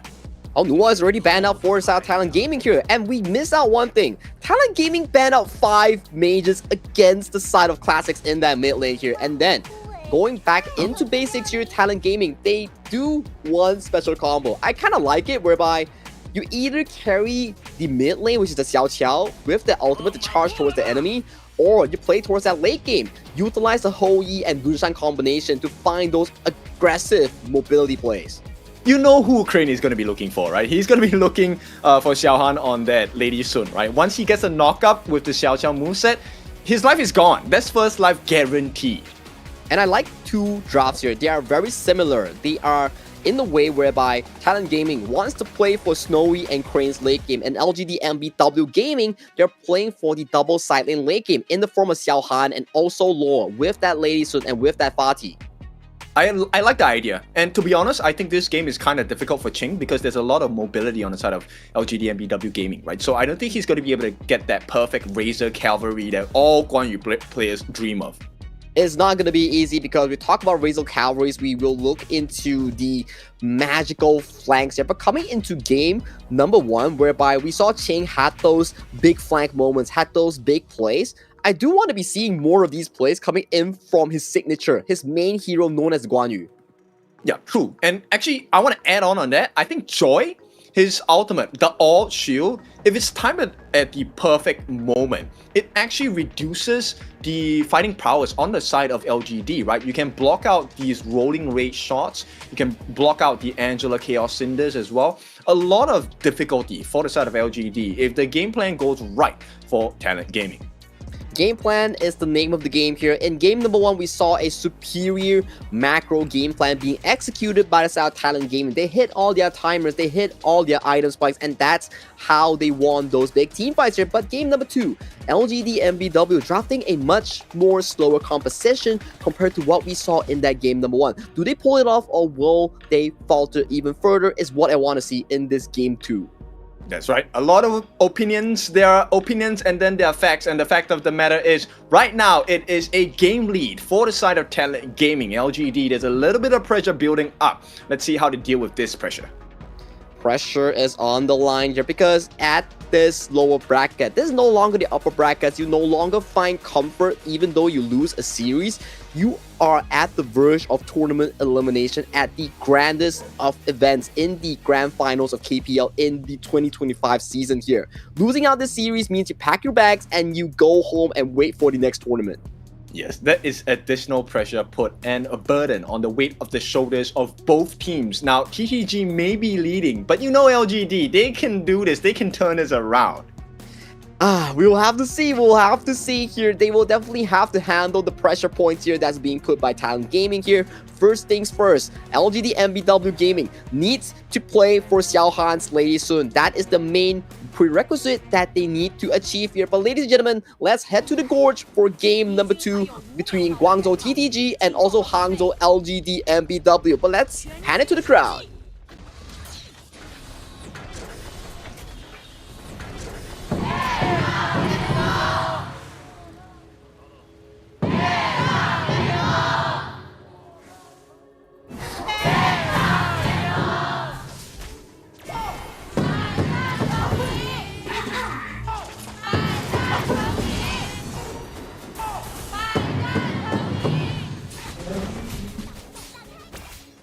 Very smart movement by the side of LGDNBW here, making sure that Xiaohan and Xiaozai are going to make full use of the passive skill sets as well as their mid lane farm here, making sure that Xiaohan gets as much EXP and gold as possible. That's the Zhenren passive we're talking about, right? So LGDNBW Gaming, the Xiaozai, the roamer pick, that hero is called Zhenren, whereby it gives you additional gold when you kill units here. For yourself and for your teammates here, it gives you about what? 10 to 20% gold, so it's very good with those mobile lane carries like the Lady Sun. Yeah, and even if you're experiencing a losing lane, there is a way to come back here. Now let's take a look at the compositions and explore, right? What kind of turnaround moments are both teams looking for? Because for now, TTG, they're having a small but an okay lead. I think both comps are very similar in this case, whereby you look at the draft, right, whereby both Clash Lane, they are looking for the backline. Both junglers are tanks. Both roamers are here to protect your farm lanes here. And both mid lanes are burst mages here. So, in the end, it is to see who plays the same playstyle better in that late game. Yeah, that's right. I think it's very dependent on Xiaozai's catches as well, right? Xiaozai, that little circle you see around him on his hero, that is called the experimentation, is an AoE stun. Now, with a third hand, that's going to be his extension. Once he latches onto you, he might be able to get multi-man stuns, which I assure you Law is going to love, but Law is not loving this right now. The potential first blood pushing him away. Unable to force a flash though. So TTG, not the kind of start they want, but they have achieved some pressure here. Yeah, Sacred Blessing does allow Law to heal back up to a full and get that free cleanse effect here. That's why it's so hard to really gank a Fatih here, because he gets like a free cleanse, gets so much healing back if you don't burst him in that one rotation. Yeah, you can see the numbers putting here. I think Xiaohan has been doing pretty well for himself in the lane, right? He's all alone now because this is a 3-man rotation between Classics, Law, as well as Xiaozai. But the level 4 coming in for Hoyi has arrived here. So the mid lane will be a point of contention if Snowy can find those Burning Sun arrows onto the key members such as Classics or even the jungler known as Hui. Yeah, the callouts are going to be very important. But the 1v1, Xiaohan going up against Snow here, quite a lot of damage exchanged between the two of them as LGDNBW Gaming look for an opening on the map. Opening. Who will find the first opening here? We will put our eyes, especially on towards Ching and also Lore here. They will be the focal point here in finding those key flanks and finding those key backline assassinations, because once you lose Han and also Snowy, that could spell doom for either teams. Yes, and it's very back and forth right now, right? The goal difference is less than 1,000 at this point, which means the first blood is going to matter that much more. It's 3.5 minutes. Nobody wants to use those common spells just yet, or even expend their ultimates. They're playing it very chill right now. It is just farm tempo coming in for the farm, and also like both farms, right? Whereby you have Ho Yi, you have Lady Sun, both do exceptionally well towards that late game here, but with additional members towards the farm lane, Han does find a very good trade on towards Snowy on that Ho Yi. Yeah, that's the strength of the Lady Sun here. Quite a bit of damage used by the side of Talent Gaming to try and win the lane back in their favor. Here comes a jump on the side of Sunrise as well. Oh, potential first blood. What a save with his ultimate. But is it enough? It is not. First blood goes to the side of Crane here. Will make the trade. It's a 1-for-1. But first blood goes into the hands of Talent Gaming. Big mistake though coming in from Xiao Zai. He had the ultimate here coming in from the Zhenren here. He could have made that into such a worthy play for the side of LGDNBW, but it ended with 1v1, and right now towards the top side we see a 1v1 with Ching forcing Lore's flash already. Yeah, forcing the flash, but also keeping him here. Right now, LGDNBW Gaming will try and get this Tyrant started. It's not going to be the most important one yet. They want to go for the kills first. They get that stun, get the setup onto him. Another nice stun coming in, but still, the pressure is mounting on the side of Talent Gaming. They will lose it. And LGD, this is the fight to have. But here comes Ching as well. They will disengage. They lost that. Now with that, the Tyrant buff is in the hands of LGDNBW. They need to do something with it. Very good win here coming in for the side of LGDNBW here, getting that river control and getting that smite win for the side of the jungler here. But let's take a look at how exactly happened towards the mid lane here. You see two ultimates being casted by the side of the ultimate here, but no, it wasn't a mistake. Xiao Zai was nowhere near for that save on towards Classic here. It was just 2 seconds late. Yeah, and in fact, I would even argue, even if he was in range, I don't think that would have been a save, right? You definitely wanted to save it for the potential of the Tyrant fight. But with that being said, now, Talent Gaming, they're going to try and force the issue here on the T1. The whole team is here, 5-on-1. You can get the 4-man stun, but can you survive? First life is gone. Here comes the ultimate by Lore as well. He jumps into the back lines. The stuns are coming in hot for the side of LGDNBW Gaming. Looking for an opening. Nice multi-man stuns. Is there enough damage? They get the knockup on the side of TTG. Make it out. Nobody takes a fall. And this is a brilliant trade for the side of Talent Gaming.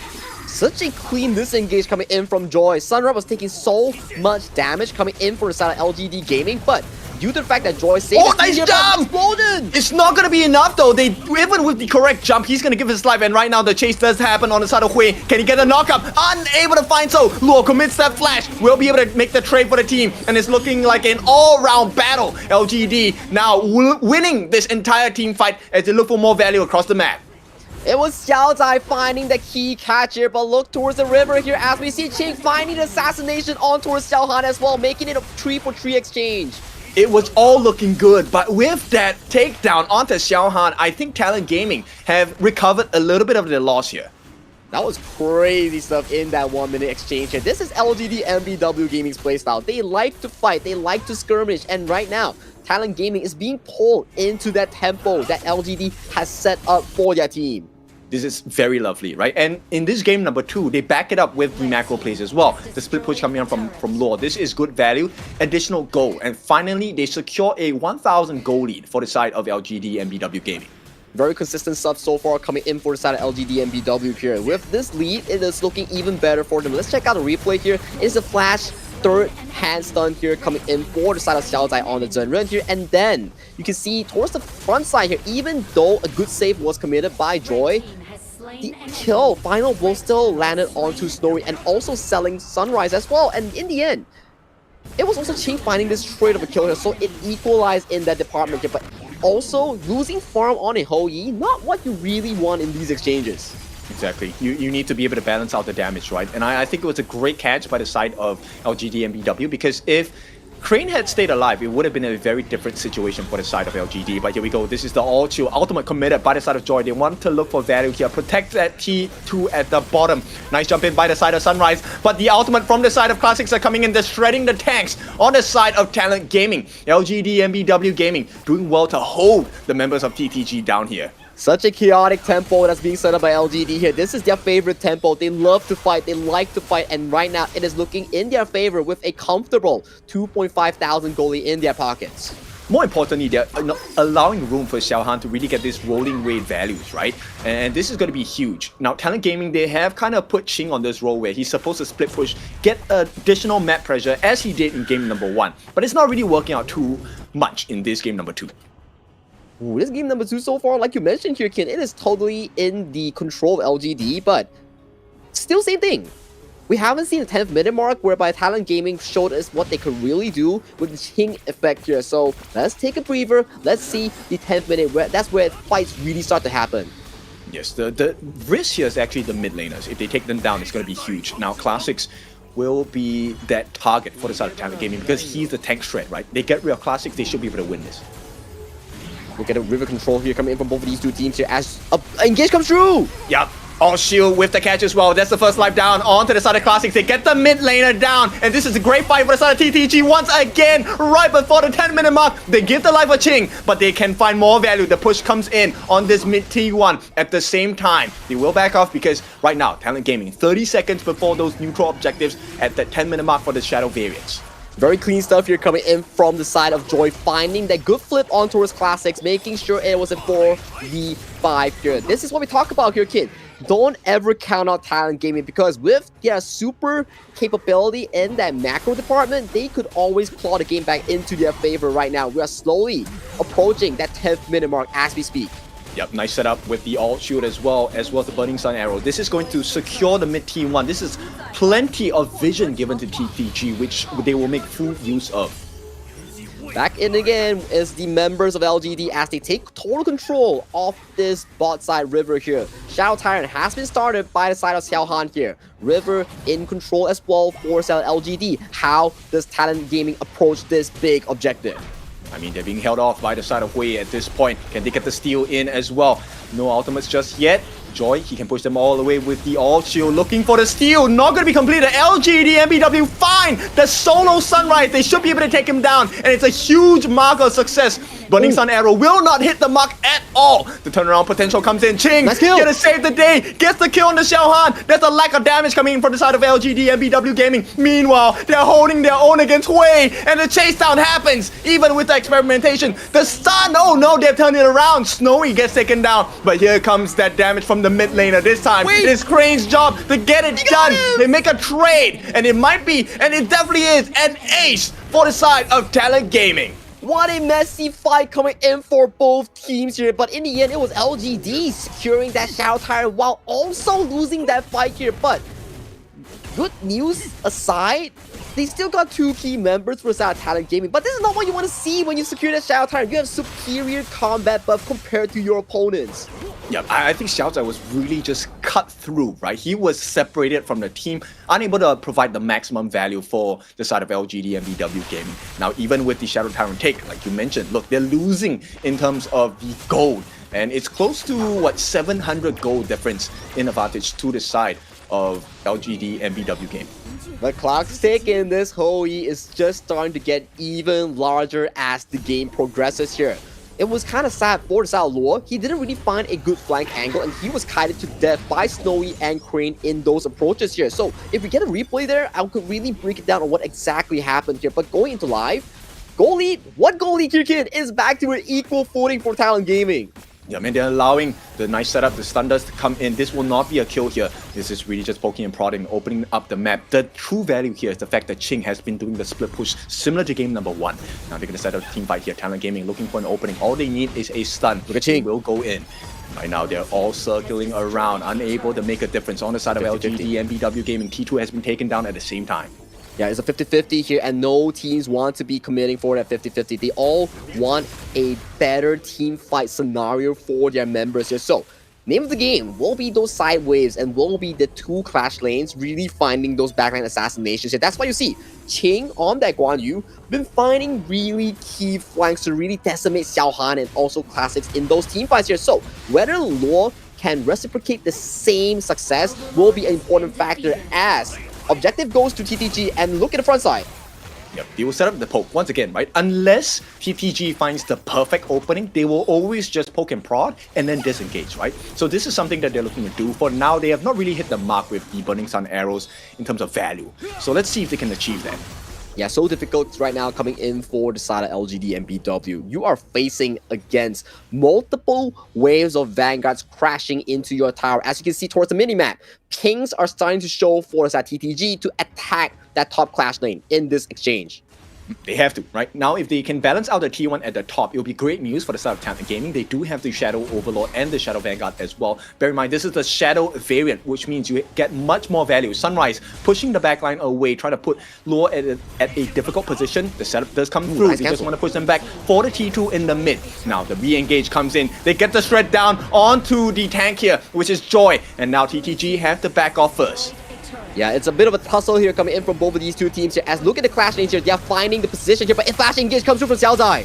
Yep, they are looking for the opening, but the damage is coming through. First life may be down for the side of Xiaozhai as well, but Ching is on the back lines looking for the wraparound. The stun comes in. They stop and engage, and TTG, they're not looking that good at the moment, but they do get Xiaohan. Can they get the setup? Ching, he changes the whole fight once again with the heroic charge, saving the day. A true hero for the side of Talent Gaming, because take a look at the base. T3's at the bottom, under pressure. Shadow Overlord on the top as well, and LGD, no answers just yet.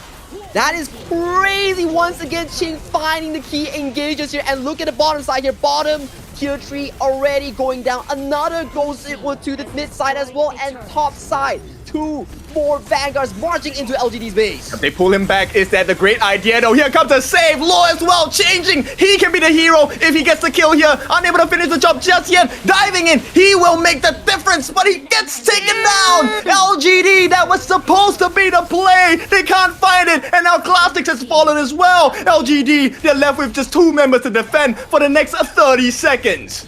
Ching is just so golden with those plays. He's saving Snowy, he's finding engaged, and right now, Talent Gaming are finding the game-winning push. Yep, they get the first life of Xiaozhai down as well. The true value is the crystal, and they will take game number 2 on the side of Talent Gaming.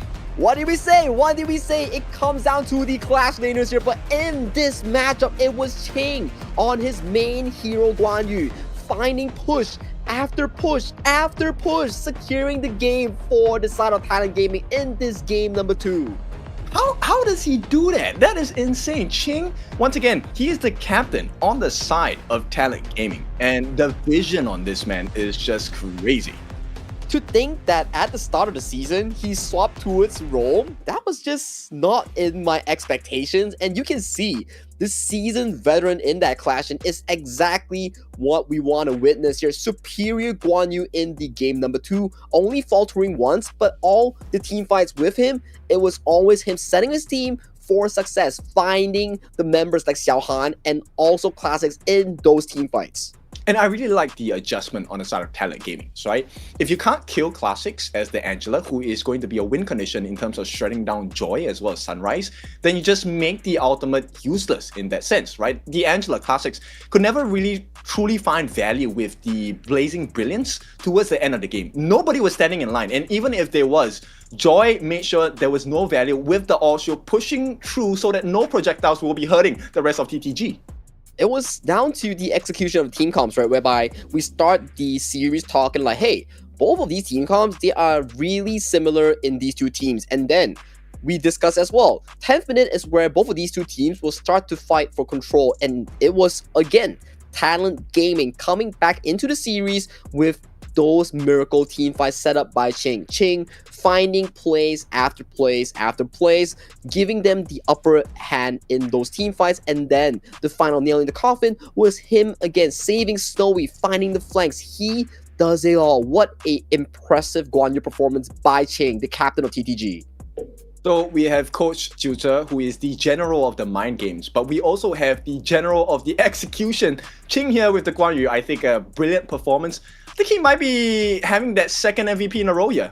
Oh yeah, back to back, definitely looking to be deserved for the side of Ching here. And then the other members also played to a perfection as well. I gotta say, Snowy on that Ho Yi, it's always a pleasant surprise to watch because he doesn't go for that on-hit build. He always go for that late game critical build because he trusts in his team and his positioning to really play those team fights and dish out the maximum DPS. Okay, because I also play the roam, I really need to give Joy this shout out. I feel Joy played fantastically on this team turn pick. Insane value with the all no projectiles coming through, also getting the nice collision cost tossbacks. So let's take a look at the build here. Now, bear in mind, this is the main hero for Qing on the Guan Yu and the main hero of Xiaohan on the Lady Sun. So it looks like Qing is doing so much better in this particular round. So much better, and he was the Mr. Clutch that we talk about, finding those insane flanks and finding those key winning moments here. But truth to be told, I do think, like you mentioned here, props has to be given over to Joy. 1-1-11 on that roam. He was sacrificing himself, finding those big plays and finding those big engages, and this engages for his team to play those late game fights here. If we go to the replay, we can really see the contribution by Qing and also Joy's in those team fights. And it was just so close, I feel. Like, Luo actually had quite a few chances in this game for the side of LGDNBW Gaming. He did some amazing plays. Even at that last minute gasp try, it was looking good. But then Qing shut him down.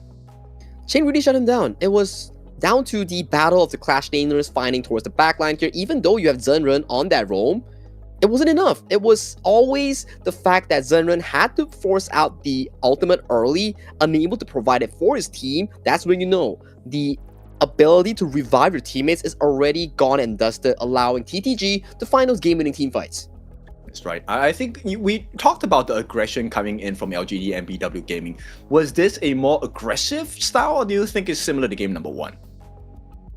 I agree with you. The style of game number 1 was really down to the fact that a magical flank coming in for the side of TTG, finding that game-winning push. And then, game number 2, it was down to those few moments whereby a failed flank coming in from Luo in that clash lane resulted into a monstrous loss even after securing that Shadow Tyrant.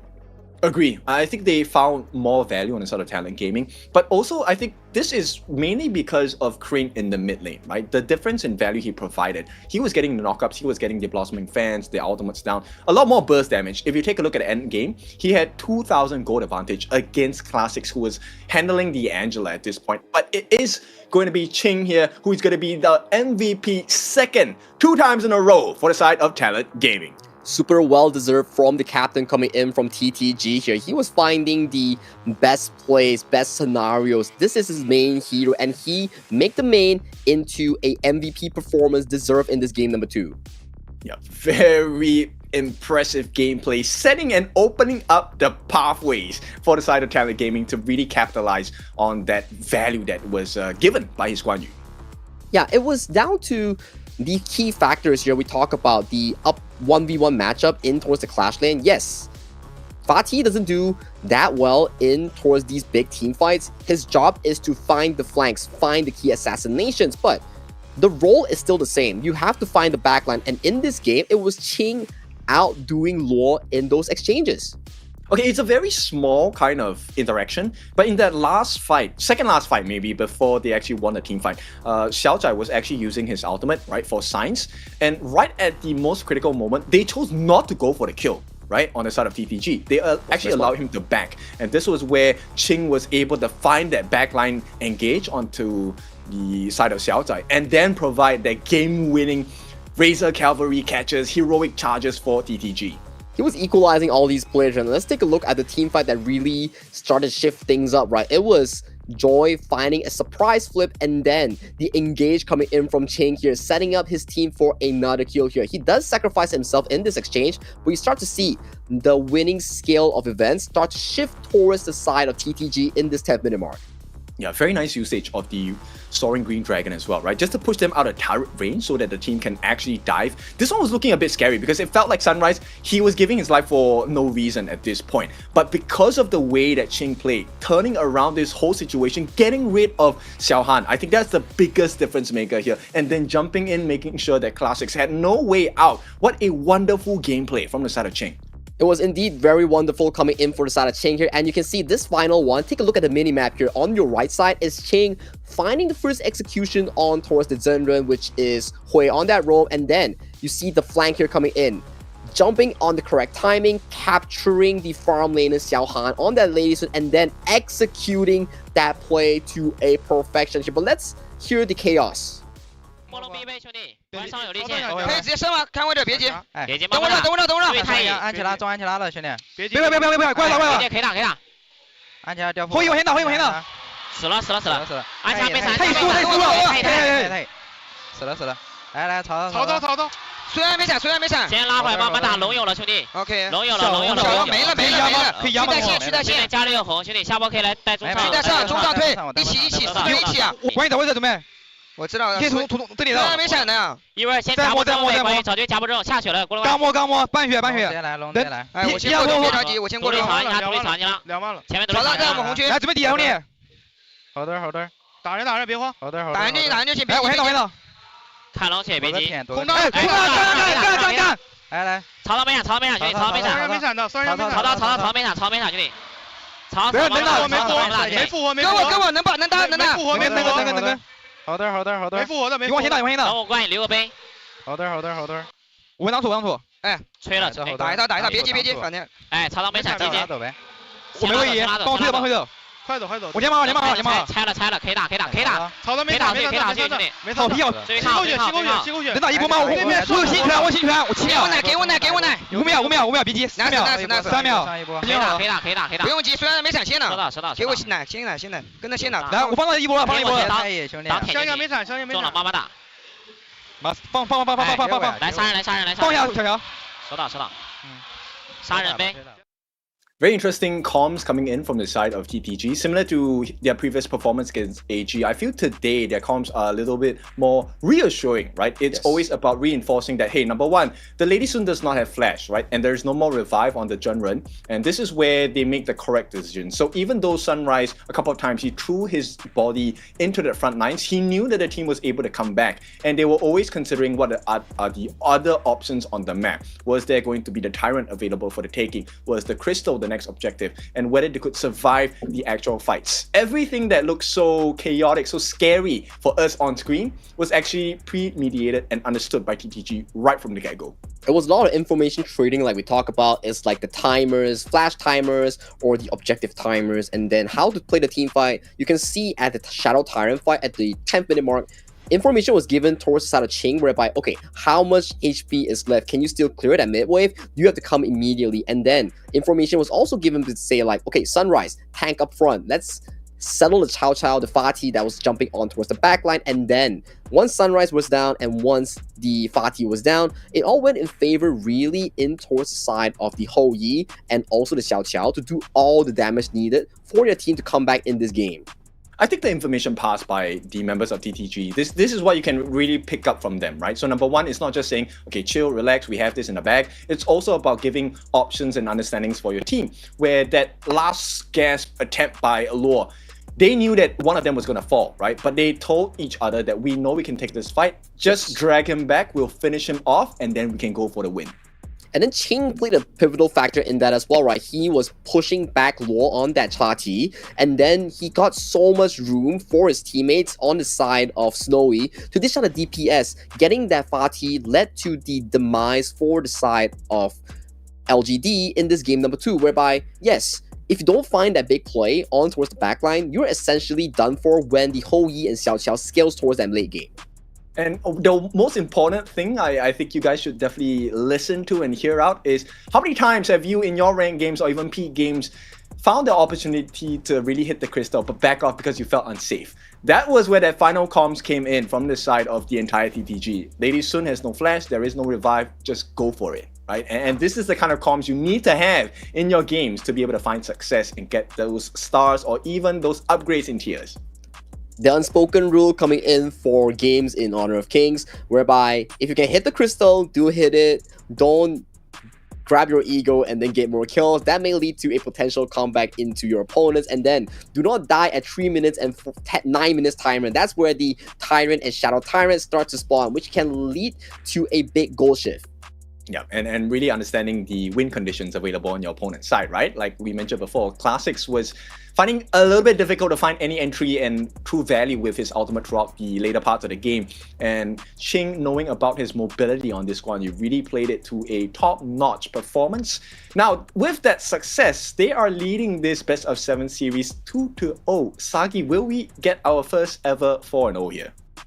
I don't know. I do hope it's gonna be a full Ultimate Battle series here, but judging on how TTG is so clean in their macro game and in that 10th minute mark, it's starting to look a bit difficult for LGD, who's known to be the favorites in fighting these small skirmishes. But so far, out of all these skirmishes, it all went in favor for the side of TTG in the 10th minute mark.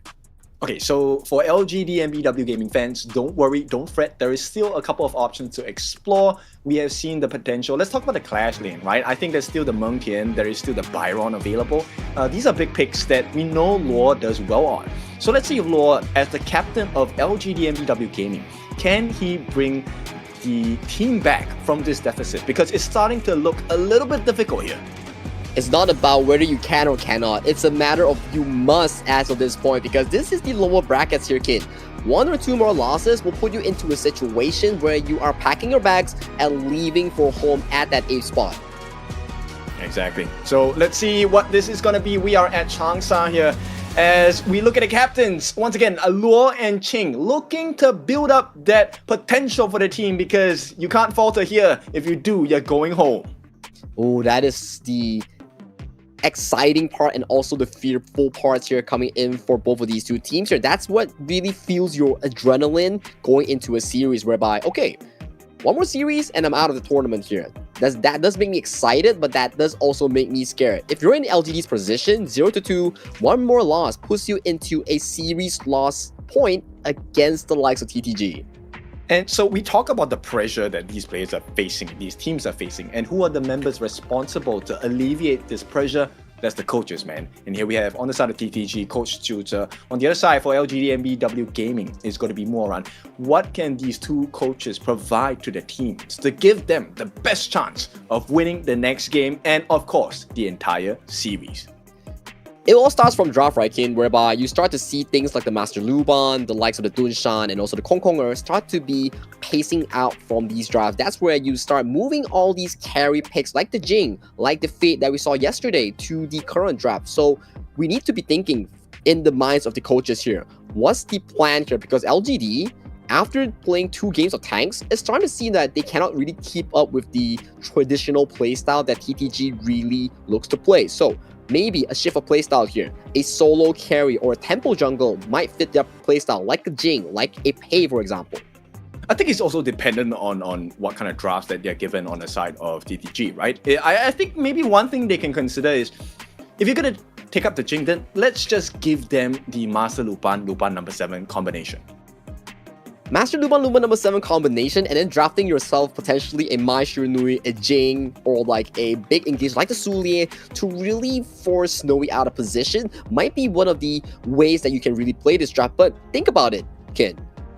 Master Luban, Luban number 7 is the best combination coming in from Coach Joseph for Snowy and also Joy in that farm and roam low.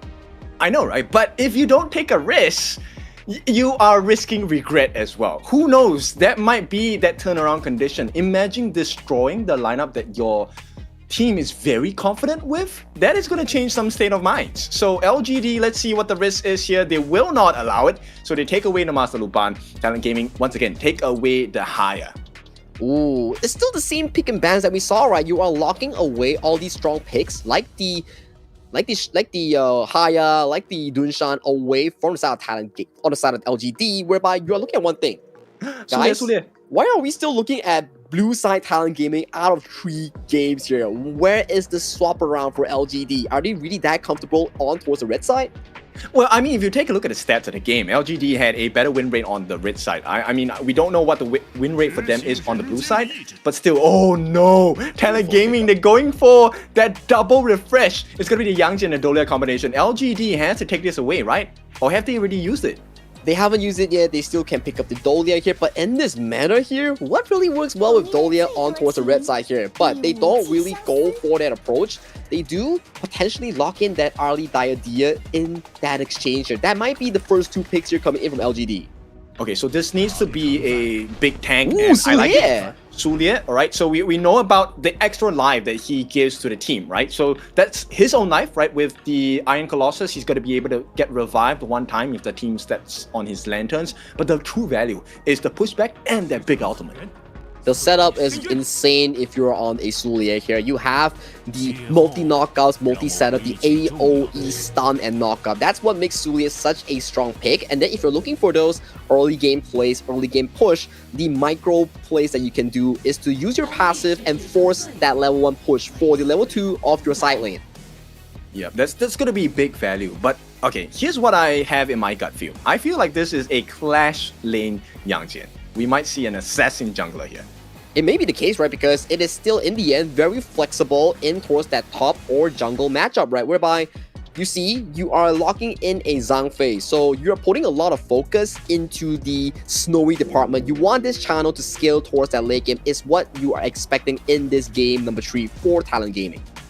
Actually, I feel like they might consider the Shi on the side of Talent Gaming. Imagine catching out a Sulier in a very uncomfortable position, get the kill as he's very deep in your backlines as well. That almost pseudo guarantees you that he's going to be taken out of the fight. At the same time, you can kind of catch out Xiaohan on their RD if they make the wrong choice. And, man. Ooh. Chicha, all these fighters and clash lanes are being locked away for the side of LGD. And take a look at LGD as well. I think they might pick up the likes of they need a tank jungler here definitely, but they do change up their perspective and go for that Jing in the jungle. I like this shift up here coming in for LGD. Can't beat the jungle in terms of the tank matchup, go for the assassin, and it is the main hero here coming in from Hui in that jungle. I like the idea of it, right? Because once you get the Mirror Domain mini stun as well, the dash, essentially it kind of soft guarantees the annihilation as well. But it requires extremely tight coordination and timing. So I'm curious whether that is going to be the case. Now TTG, they go for the Yuhuan mid. I like this pick. It helps with the sustain as well. And I'm pretty sure this is a clash lane Yang Jian. There has to be a assassin jungler, right? Oh no, okay, it's a Yang Jian jungle. Wait, it's still flexible, right? Whereby you can still put Umbrosa in towards the jungle or that Yang Jian in towards the jungle here. It is a smart choice coming in from TTG, whereby you're playing around the flexibility of the 2 picks and the depths of the hero pool here. So right now, after you draft this Meng Tian here for Talent Gaming, your coach can decide or your players can decide what's the better matchup coming into this lane. I think the Meng Tian is a great addition to the side of LGDNBW, right? So now they have the double tank. They have also the double stun setup. And let's see if Luo as well as Xiao Zai on this Sulier is going to make the difference for the team because they just need space, right? LGD just need the opening for Xiaohan to zip in, zip out, as well as Classics to land those creation and resplendence blocks as well. Get the Matrix in, get the Annihilation. They have a lot of burst damage potential. If they can find the key marker here on towards Snowy, that could just spell the absolute best scenario here coming in from LGD in this game number 3. Hui and Xiaohan will be the 2 focal points here to really allow them to play towards that late game. Along with Classics as well, we see this Nua as a potential late game pick. Those late game annihilations, 6 slotted, really packs a punch on your health bars. I think mid lane is definitely going to be the lane where the clashes will happen the most because you definitely want the gold advantage and item EXP advantage as well. Classics, if you give him a 2-level lead, 3-level lead, it almost guarantees that Annihilation will just delete someone off of the Gorge. It will put Snowy in a very difficult position right now because you have so much engage coming in from LGDNBW Gaming, whereby Snowy, you're in a channel here, your only reliable source of mobility is on that flasher, and that is not a reliable one that you are calling for. That's true. So, I mean, this is pressure upon pressure, right? So right now, it is Talent Gaming, blue side, prio pick, they are leading the series 2-0. LGDNBW, they have had brilliant drafts in game number 1, game number 2. Execution did not match the potential. It did not match the potential, and it was always TTG one-upping LGD in that 10th minute Tyrant fight here. So, first thing that you want to change is to play the team fight better. Can you best your opponent in that 10th minute mark is what LGD is looking to achieve in this game number 3. Yeah, they definitely need to make life a little bit more difficult. Invasions need to be on point. And that's another point that we need to take a look at, right? This Azure Golem, very valuable for both the Yangjin and the Jing. Whoever loses that in the early parts of the game or during any part of the game massively reduces the teamfight potential. That's the jungle invasion we talk about, right? If you lose control over jungle, that's how a team can really punish you and push you to the edge of your seeds here. But for LGD, they are known for one thing. It is those early skirmishes. It is those fights that really bring them up to the table in that early game here. But their opponents are Talent Gaming, where they can recuperate and play for that 10th minute. So right now, coming into these two drafts here, who do you really favor and why, Ken? I actually like the LGD lineup, right? But this requires them to have a very early lead. And we've seen TTG crumble to very early game aggression, which LGDNBW Gaming is known for. So let's see, they really have to hit this marker. But let's head into the game between Talent Gaming and LGDNBW Gaming for this game number 3. With backs against the wall, LGD, you need to take a win to pull this series back into a 1-2. But let's hear the crowd before we go into the action.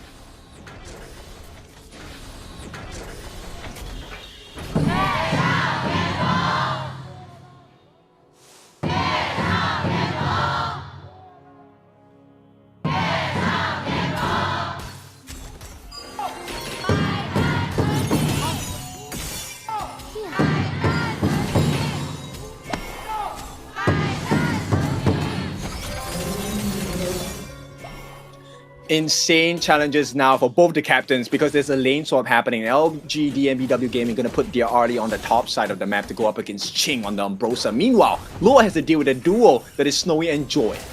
I like the approach you're coming for LGD because you're avoiding Snowy's channel into Arlie matchup for Xiaohan. You don't want a difficult matchup coming in for this Arlie. You want this Arlie to be able to collect as much resources as possible into your pockets.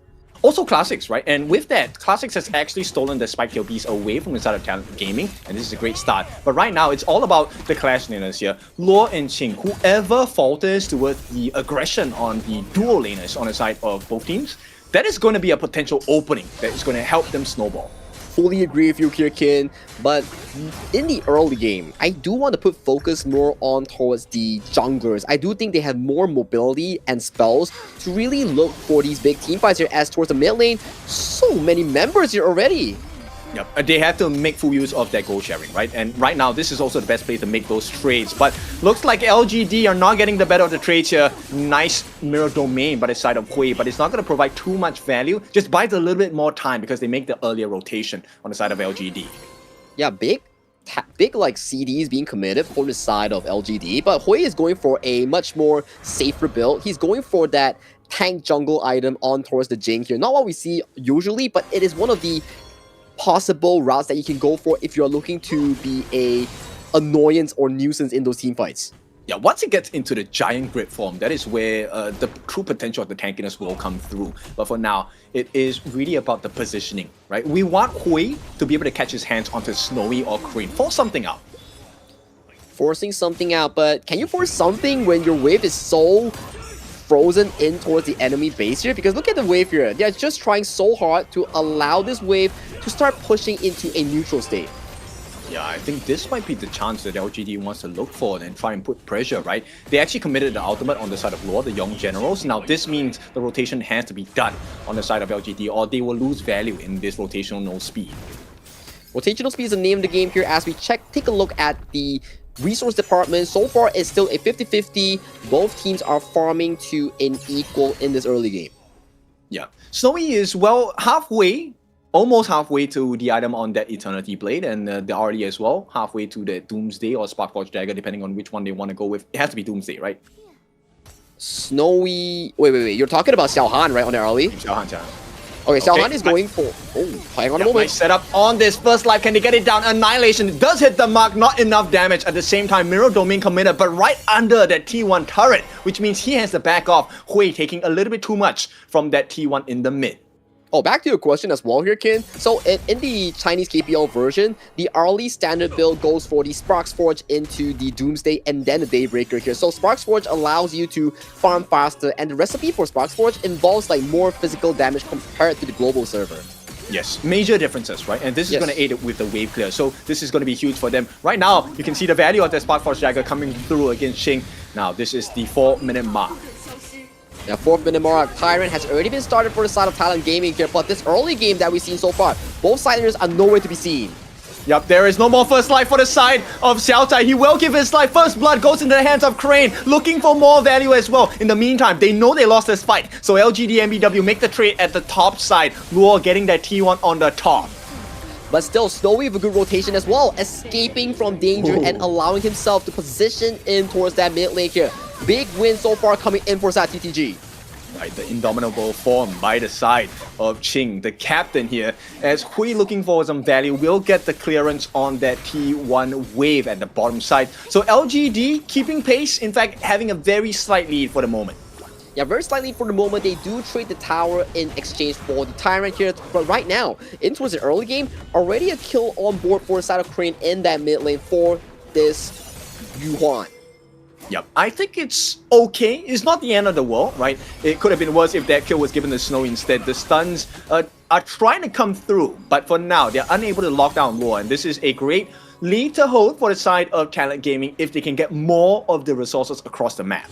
And coming into this like game 3, right, the engage approach is starting to switch up. Usually we see the jungle, the clash lane, but right now it's under the hands of Joy and also Xiao Tai in those roam roles here. You have Zhang Fei, the Unbridled Outburst, and Xiao Tai with the Iron Colossus to find those big engages here. So they will play a big part in these team fights to find the perfect moment for their teams.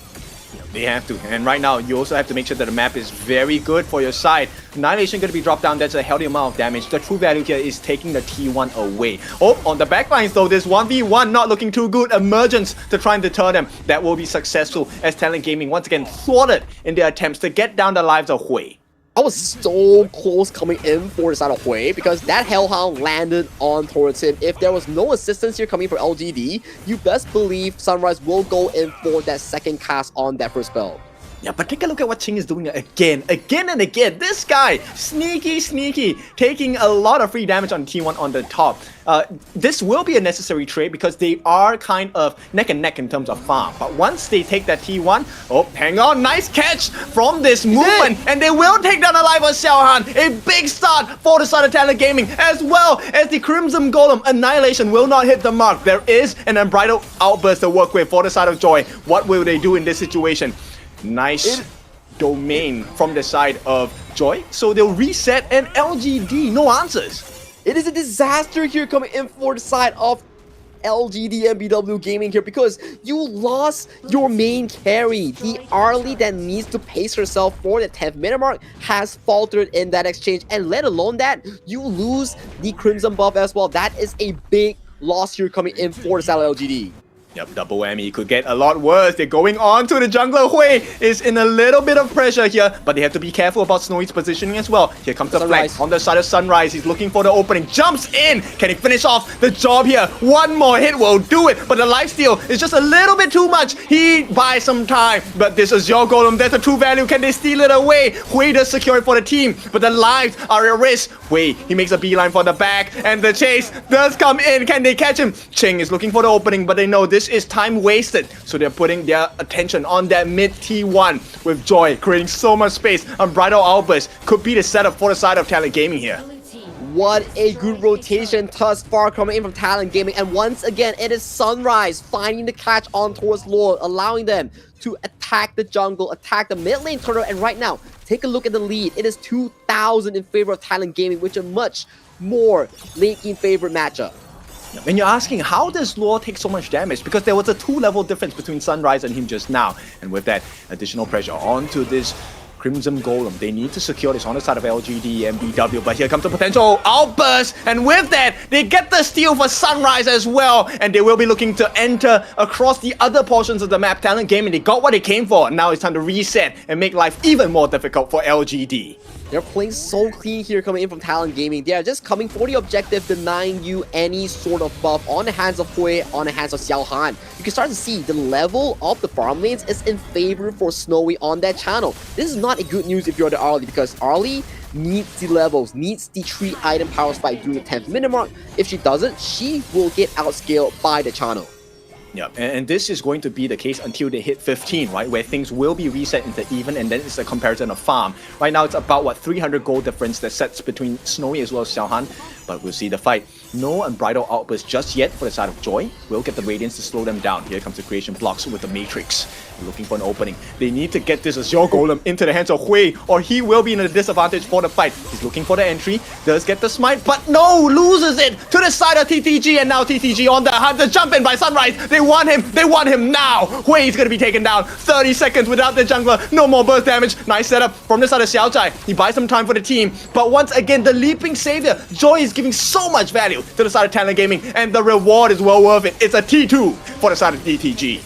Not just a T2, they do get the Azure Golem, and then another tier 2 towards the mid, and then a Crimson Golem towards the top side. The map is in total control coming in from Talent Gaming right now. LGD backs against the wall. This is such a disadvantage that they are facing going into the 10th minute Tyrant fight.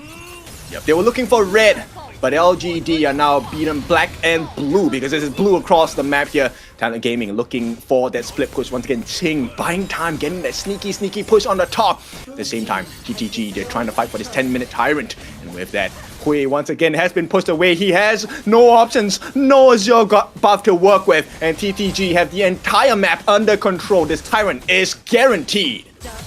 LGD, what is going on here? You are making so much mistakes in that early game, leading to this big deficit thus far coming in from Talent Gaming. Take a look towards the bottom left of your screen. That is the vision control in favor of TTG. Everything in blue and very minimal red in that map. Yep, and it's going to be even bluer at this point for Talent Gaming because they will be looking for that engage here. Now, Xiaohan, he does have the option to try and come in to get some poke damage, but take a look at the gold difference. He's close to 1,000 behind the likes of Snowy. It is not a good news, especially when we talk about it early. You want to be controlling that mid game with your superior mobility here, but we're going to late game right now. With Shadow Tyrant in towards the enemy, you have so much to be concerned about. So much damage on towards your face, you cannot out damage the channel while simultaneously kiting Sunrise and also Ching on those sliders. Yeah, look at the damage they're doing. Structural damage. T3 at the bottom has been taken out by the side of TTG. Now, there is still no entry into the lineup and the heart of Talent Gaming from the side of LGD. And there's absolutely nothing they can do. Such a stressful way here for the side of Talent Gaming here. You can start to see no tier 3 towards the bottom here, and then Talent Gaming, once this Shadow Tyrant expires, they could much just walk towards the top river, get that Shadow Vanguard, and then revisit towards the push. But no, they are playing aggressive. They want more with this Tyrant buff. Yep, and very limited options, right? Classics has to continually throw out the Annihilation, not to deal damage to the heroes, that will be a perk, but to really get the waves in check. And that's a huge ultimate done for the side of LGDNBW Gaming. Ooh, stressful for LGD. They cannot find anyone on the side of Talent Gaming. There is no misposition. There is no little target for them to be bullying on, because so far we have yet to see any value from the Jing pick. No assassinations, and just Jing is not a full assassin. He is going for that tanky build. Well, they needed that early game advantage, right? But if you take a look at the kill score, 4-0, there was no opportunity for the side of LGDNBW to be able to find any value. Now, 101 seconds in the jungle on the side of LGD. Look at the value that Sunrise has created for the team, stealing away 1,159 gold with his steals. Man, that's so much gold in pockets of Talent Gaming's jungler here. I gotta say, Sunrise, in this game, he has outperformed Hui in every aspect of the jungle. Be it in the invade, be it in the department where he has to find opportunities, he's been just everywhere on that Yangjian. They get the setup here, looking for the unbridled outburst. It needs to be a big opportunity. They jump in, Sunrise as well. That's a lot of damage. First life gone for the side of Xiaozhai. He might fall here. Emergence used to try and back the team up, but it's not enough damage on the side of LGD, and the crystal is open. Game number 3 goes into Talent Gaming.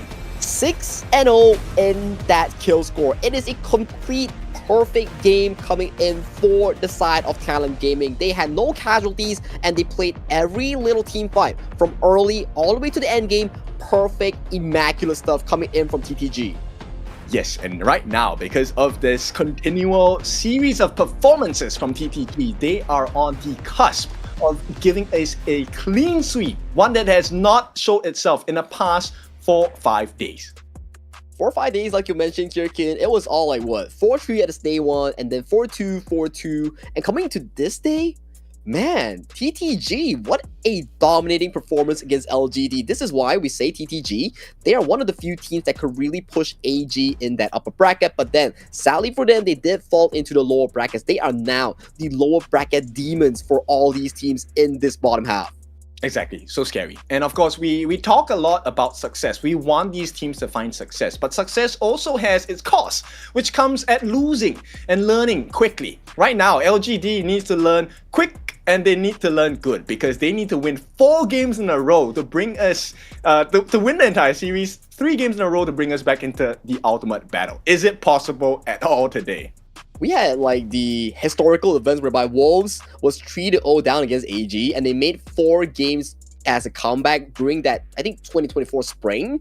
Yep. Correct me if I'm wrong, I do think that was like a historical event and then that was like surreal. But coming into this series, man, LGD, they are being tested in every single scenario here. Be it the early game, be it the 10-minute team fights, and then in that game 3, it was Sunrise really putting up a performance on that Yangjian, making all these big plays in the jungle of Hui, and Hui had no response at all. Yeah, I mean, I can only say one thing at this thing. All great things start with an idea. And LGD right now, they need to get started with a correct draft and just better execution. I feel like their drafts have always been great. But the execution, it feels like TTG know exactly where the pain point, the weak links are at across the gorge, and they just continually extract the value of it. I think this goes to the basics of the players, right? Where we talk about discipline, where we talk about timers. I feel like TTG, in terms of the discipline and the overall map movement, has been more clean compared to LGD. Like LGD, for me, as what we've observed so far against their series during the Weibo Gaming Draft, or their series when they were playing the Masters versus Elite group, they were this team that they always love to fight. And when the fights don't go in their favor, they couldn't really find those big plays or recovery points to bring them back into the series. Yeah, I think maybe macro play would be a little bit more efficient for the side of LGD. But that's a true test because the way that Ching has played today provided so much value. Once again, this guy is just so sneaky, and with Ambrosa, it's so hard to kill. Even if you get your hands on him, he's going to get out of hand anyway. And that's the Ambrosa that we talk about, right? Let's check out the itemization coming in for all the members here, because this was a rather clean game coming in from Talent Gaming. They suffered no casualties and everyone played to a masterclass here, and all the plays started with 3 key members being Sunrise on that Yang Jian, Crane on that Yu Huan, and finally Joy with a such reliable performance on that Zhang Fei. I gotta say, this trio was the main engine coming in with TTG in this game 3. For sure. And I think for this game, I think Sunrise is definitely the MVP, right? The way he played this Yangjin was so scary. Yes, the Hellhounds were kind of muted at times because Xiaohan on this early used those Maple Dancers to great efficiency, blocking the Hellhounds from even touching the members on the side of LGDNBW. But as the game went later, a couple of pain points started to show more apparently, right? Hui could no longer touch his buffs. There was no Crimson Golem to work with. There was no Azure Golem to work with. And as a Jing with no mana regeneration, no cooldown reduction, it's so hard to play the game. Yeah, you go into the consideration whereby when the one kill on Xiaohan really faltered into the favor of Talent Gaming, you can start to see the entire jungle coming in for LGDNBW was always in favor of TTG. They were just coming in like, okay, time to shop. What do you want? Okay, Snowy wants a new red buff. We got you. Let's take it from Hui. And then Crane wants a new blue buff. Let's take it from Hui again. So Hui was really suffering in that gold department because he was just getting punished for his teammates' mistakes. Yep, and very clean positioning coming out from both Crane as well as Snowy, right? They were always at a distance. So if you take a look at Xiao Zai as a Sulia, you want to get in close and personal, but he never found that opportunity, right? The ultimates, they were there, but it couldn't be as valuable as they wanted to because just the positioning was a huge difference maker between Talent Gaming and LGDNBW Gaming.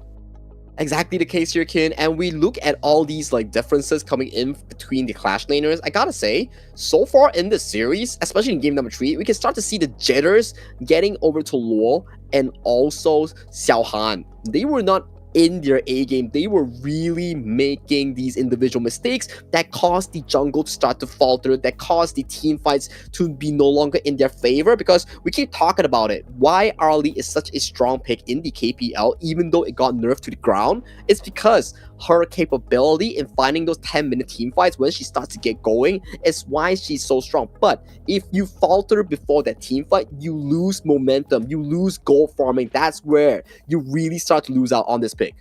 Yes, and Joy, I think, also provided immensely to this value that you're talking about, right? Talent Gaming, I think they were put in a couple of positions where their lives were not really threatened that much. The save coming from Joy many times was well prepared. But here we go. Sunrise, like we said, has to be the MVP. This guy's Yangjin was just on another level. He was playing a masterclass of a game, not just on Yangjin, but in that jungle department itself. If you look below his name, it is called 自霸野区. That means he's absolute jungle domination here. He was gapping Hui in that jungle department. Yeah, man, this was with the help of the team as well, right? The way that TTG play today is just immaculate. The decisions they make, the comms they have been giving, calm, collected, composed. And you can see the result of having all the boxes ticked. Right now, 3 games in a row, 1 more to seal the series with a clean sweep. That is the monster of Guangzhou TTG Talent Gaming we're talking about. You just gotta imagine, right, how much pressure we are considering for the shoulders of LGD, because this is potentially the final game, like you mentioned, and that may just push them out of the entire tournament contention here, which goes to show 0-3 tournament contentions on the line. Do you just lose hope, or will you get more motivated? Oh, I mean, give it a try, right? You always give it a try. That's the #1 rule in HOK. You may fail, you may drop stars, you may lose your ranked games, you may lose your competitions, but it does not matter. Learn your lesson, go ahead, get ready, try again. Try again. That is the HOK, that is the KPL style we talk about. If BA Yino can suffer multiple losses and become the current champions that he is, everyone can try to be that next few legends if they put in enough effort here. But that's Yino's case. Coming into this series, LGD will have to try again to fight back for a potential 4 wins for their reverse sweep. Yeah, many good decisions by the side of TTG here. And I think also, I want to just point out, Crane, the play on this Yuan has been fantastic because he uses the Monfu Tempo, the second skill on Yuan, very well, right? Catching them with the stun, but then also able to chase and get the follow-up damage. That is so much value, and this opens up the space for Sunrise to really just pick and choose, all right? Who does my hound bite? Okay, I'm going in. We are ahead in gold, ahead in items, ahead in EXP. We are ahead in the gorge as well. The map was like totally blue. Exactly right. Like, we go back to the conversation that we had during the end game for the side of TTG. It was down to 3-man unit on the side of Crane, on that Yuan, Joy on that Zhangfei, and also finally Sunrise with the MVP performance. It was these 3 members continuously finding those big few moments. Like, you didn't really see Ching or the Snowy on those few side lane plays, because those 3 members, the mid, Zhong and Rope, was just doing immaculate plays over the gorge, which allowed TTG to close the series with so much ease. Okay, so talking about ease, I know it's not difficult, but we have a lot of time, right? We have about, 4 minutes before the next game because the players have to take a break. This was a very dominating series so far. So let's hear you in the comments, right? Let's play the idea that this is going to be a 4-0. What kind of composition would you want for the side of TTG? Let us know, and then we can kind of debate about it. But also, if you're an LGDNBW gaming fan, let us know what is this composition that is going to allow them to come back in the series. Step by step, let's think of 3-1 first. Where do we go from here? Wait. Like we were talking about like the potential shift up of Hui in towards the jungle assassin matchup, but in the end, did it really matter? Because in that jungle department alone, it was really down to Sunrise dominating that matchup here. So if you are the coach, Moran, coming in for the side of LGD, what do you really do? Do you put in more focus onto a Xiaohan that really just got subbed in today, or you sub back in Xiaozhou back into the lineup? I don't think it's a player thing though. I think Xiaohan has been playing really well today, right? It's just those minor decisions. And this is the difficulty of playing HOK at the highest level, which is one decision could cost you an advantage. It doesn't cost you the game, but it costs you an advantage. And unfortunately, one of the major weaknesses on the side of LGDNBW Gaming's draft in this game number 3 was the fact that the Jing was very reliant on the need for the Azure Golem. And if you had given Xiaohan the option of having the Crimson buff, I feel like he could have performed a lot better because he was able to find gaps in between the defenses on the side of TTG, but could never really expose it. Now, to your point, I want to emphasize this to our audience here. Why is it not recommended to die in the side lane? Because in HOK, your objective is to get these neutral resources like the Tyrant, Overlord, buffs. All these are resources here. So when you die at the side lane when your jungle buff spawns, guess what happens? The entire family of the enemy team will go into your jungle and fight your jungle for that buff here, which makes you lose a 4v5. And then if you lose a 4v5, you're giving more kills towards your enemy. You're giving your entire jungle to the enemy, which makes you like what? One rotation is like 1,000 gold, another rotation is 1,000 gold, and that's how you essentially lose out the game. Yeah, it really accumulates, right? So it's really minor mistakes or minor differences in terms of strategy, in terms of kills, in terms of team fight that really add up together. And the one thing we all must practice is the fact that you must take the turrets, right? Ching was doing a very good job of making sure that the side lanes were traded T1 for T1. And then once they got the map advantage, they really pushed that pressure on. You could see just now that vision score on the map of the Gorge. It was completely blue. That's what you need to do when you have the advantage. Exactly, very well said there, Kin. When you are not pushing your vision up, you cannot get information of the enemy team. And without information of the enemy team, you do not know where the flankers are, you do not know where the assassins are, you cannot really play the team fights to an ease for your teammates. Take an example of game 2, where Ching was playing the Guan Yu.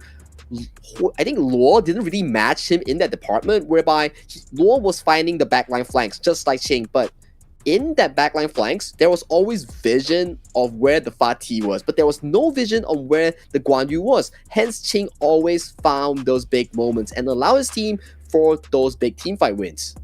Okay, so now I think let's open up the pressures on the side of LGDNBW Gaming for a little bit, because if you take a look at the roam department, now the Sulia is still available for picking for TTG, the Zhenren is still available for picking in the roam department as well, and these are very big picks coming in. Lady Sun, I believe, is still available for Talent Gaming, right?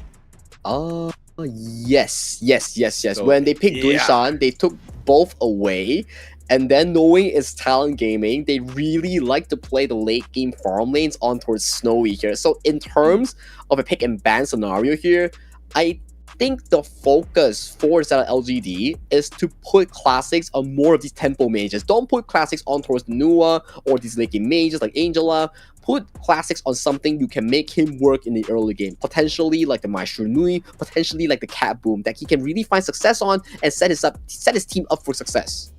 Okay, at the same time, LGD, let's talk about the potential win conditions for them, right? I want to focus on Lore. Him being the captain, that's a very important point. I think he has some options to explore. There's still the Mayin, there is still the Byron for him. Yes, Munken has been used. I think these two picks will be very pinnacle in the way that LGD will try and turn this game, right? It keeps them in check. Nice AoE as well. So let's see if there's going to be a formula that LGD start off in the Clash lane. Or they can just double down, go for the Clash lane carry, go for the Machao that Long has had a pretty decent performance on. So those are still the interesting picks that they could really pull out their pockets here. I do believe that Coach Moran and Coach Jota will be in charge of the draft battle, because before we go into the game, draft matters. They decide how strong your team is and what is their maximum capability in those team fights.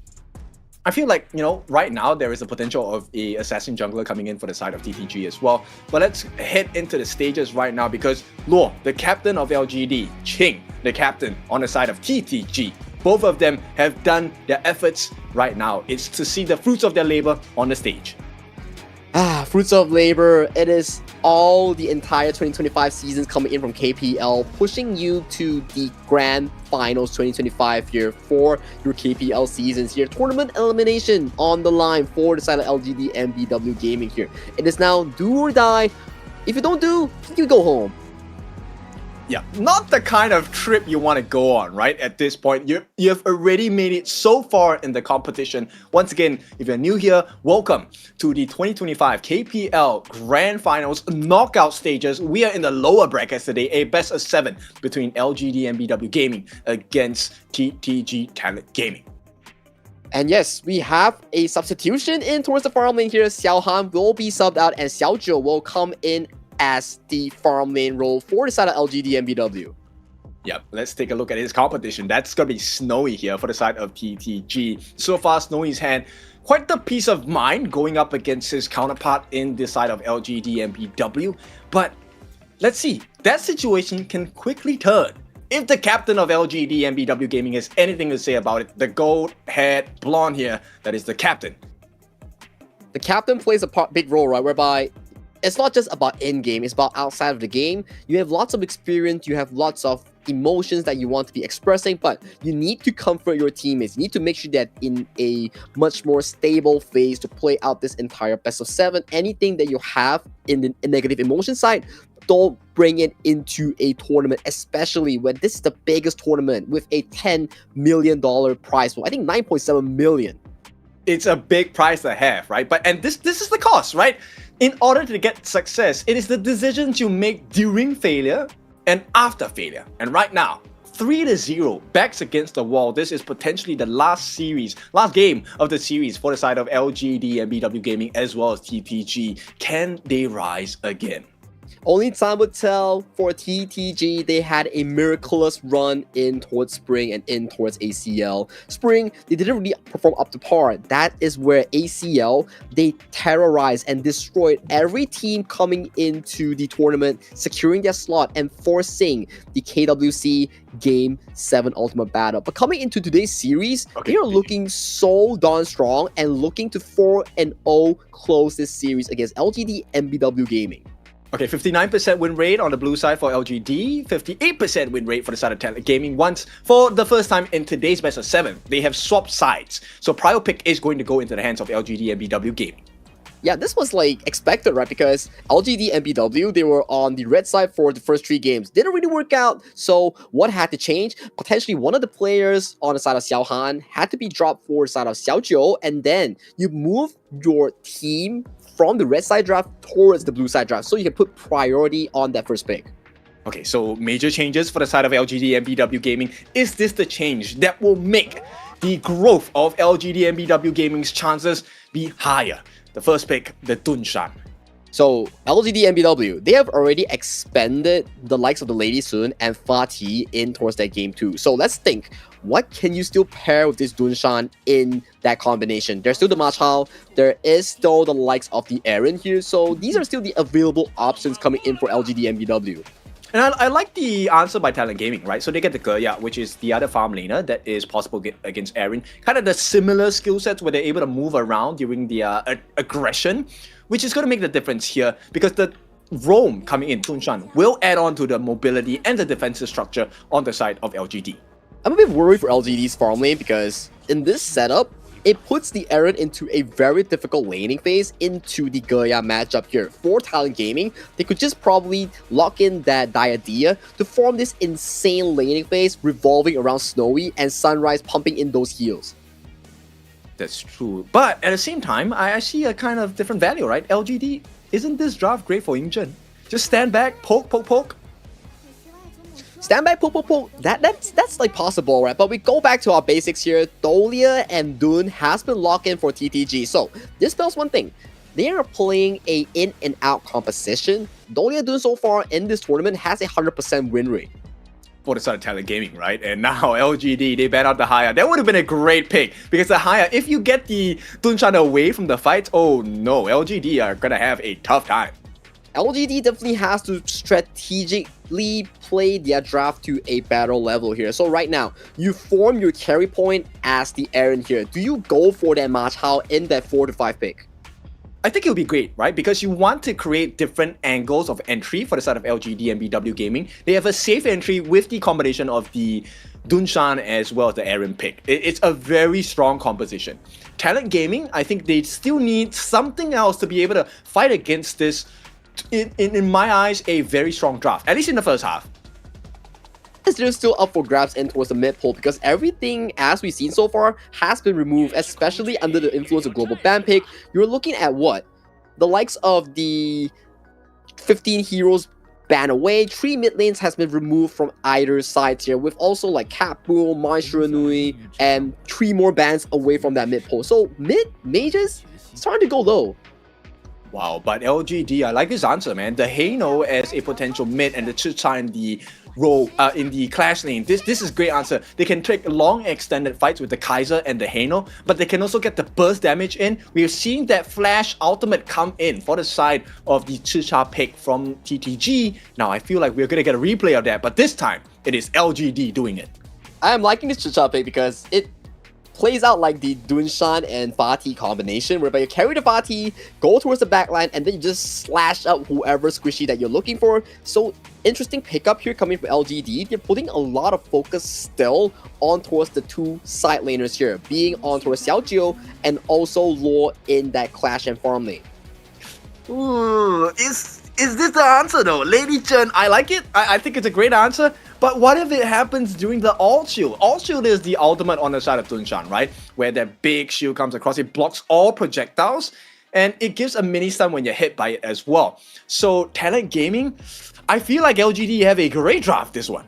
LGD always had a great draft coming into this series. We saw game 1, we saw game 4, but in the end, it comes down to the execution and the movements of the map coming in for both teams here. So far, in the past 3 games, it was Talent Gaming one-upping LGDNBW in that map rotation, in that 10th minute team fight. First thing for LGD to fix is that 10th minute team fight. Yes, and after that, like, it's really just maintain your waves, get the surprise macro game in, as well as those surprising ganks, right? I want to see Law perform on this Chicha. This guy has been pretty good today, but the execution needs to be on a completely different level if they want to take this against Talent Gaming. It needs to be extra clean, extra crisp coming into this game number 4, because this might just be the final game LGDNBW plays in today and in this tournament of the Grand Finals KPL 2025. I actually like this LGD draft a lot. I think they have very good sustain, they have a lot of burst damage as well.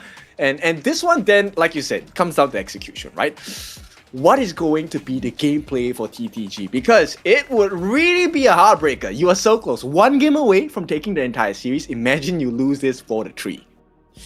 4-3 is a exciting statement here, kid. Imagine being able to pull up a reverse sweep against TTG, a team that has played a full 7-game series against AG in the KWC 2025 here. It will be an interesting statement if you are LGD looking to make a miracle tournament run. This is where it starts, and this is where it starts to get going.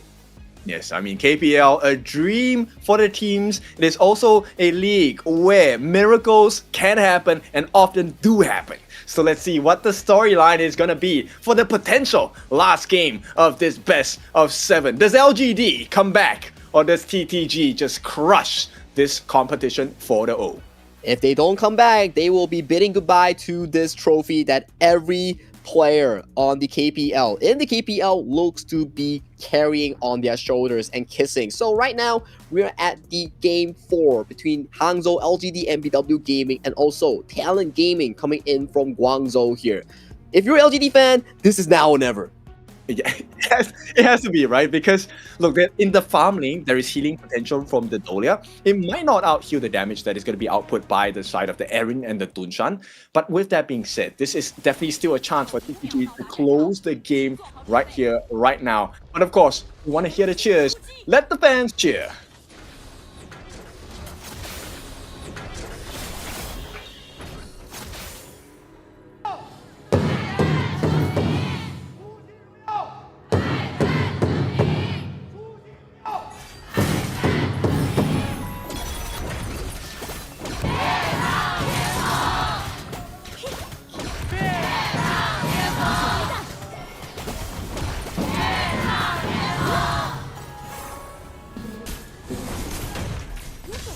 Yikes, that's a lot of poke damage on towards Classics already in that early matchup here. Another surprising lane rotation here on towards Snowy and Joy, putting Crane more on towards the defensive side in towards that bottom farm lane here. So this is why you play around the farm lane. You put focus on towards Snowy so you can cruise the map on this strong early pick compared to Crane. The Lady Zhen isn't able to move the map as fast as the Goya. No, but it's so smart, right? Because look at the movement, right? By Snowy and Joy, now they have successfully kind of slowed down the game for Classics as well as Lure. So it's a 2-in-1 with one rotation. That's crazy value. Yeah, you punch out Classics HP on the Halo, and then you collect all these jungle resources, simultaneously collecting the gold sharing function on towards Sunrise jungle. So you're getting a lot of benefit from one single lane swap. Yeah, in the meantime, Xiaojiu, I mean, he's doing well, but he only has one wave to work around. He did get that snipe onto the Spiketail Beast at the bottom side, but the value across the map for Talent Gaming has been just on another level. Look at the rotations that are coming in. Yeah, full retreat towards the bot side here as Crane looking for a bait on towards the side of LGD here, but they do respect it and they just come in, pick up the wave, and then they will be on their way for the next jungle and minion rotation. And this is going to be a 4-member rotation into the Azure Golem, which should guarantee the take for the side of TTG, especially for Sunrise in the jungle. Yeah, you can see more of these resources are being funneled into the pockets coming in for Snowy because they know this Goya is like an Arlie. You scale off in that late game department here. So whatever you do, do not die. Do not fall in the rotation. That's how you play a Goya to a perfection. Okay, but at the same time, I think Xiaojiu has found immense value, quite a bit of damage on the T1 in the bottom side of the map. Now, it's a very slight goalie for the side of TTG, but this is going to snowball a lot if they make the wrong choice at the 4-minute mark again. And I'm a bit worried here coming in for Classics build here. He's not going for the Venomous Staff early as the first item, so who will really reduce the healing coming in from Sunrise on that Dune, having the double refresh with the Dolia? I mean, I think they're hoping to be able to burst down the members on the side of Talent Gaming. While burst is not exactly in the kit, in the overall lineup on the side of LGD in the early parts of the game, that is definitely possible. It will be possible, and it may be a potential way for LGD to really come back into the series here, but so far in towards that early game, it is still stock standard. A lot of resource farming for the jungle and the laners coming in from both teams as we slowly but surely scale into that 4th minute for the first team fight. Yeah, we'll see. 30 seconds away from this.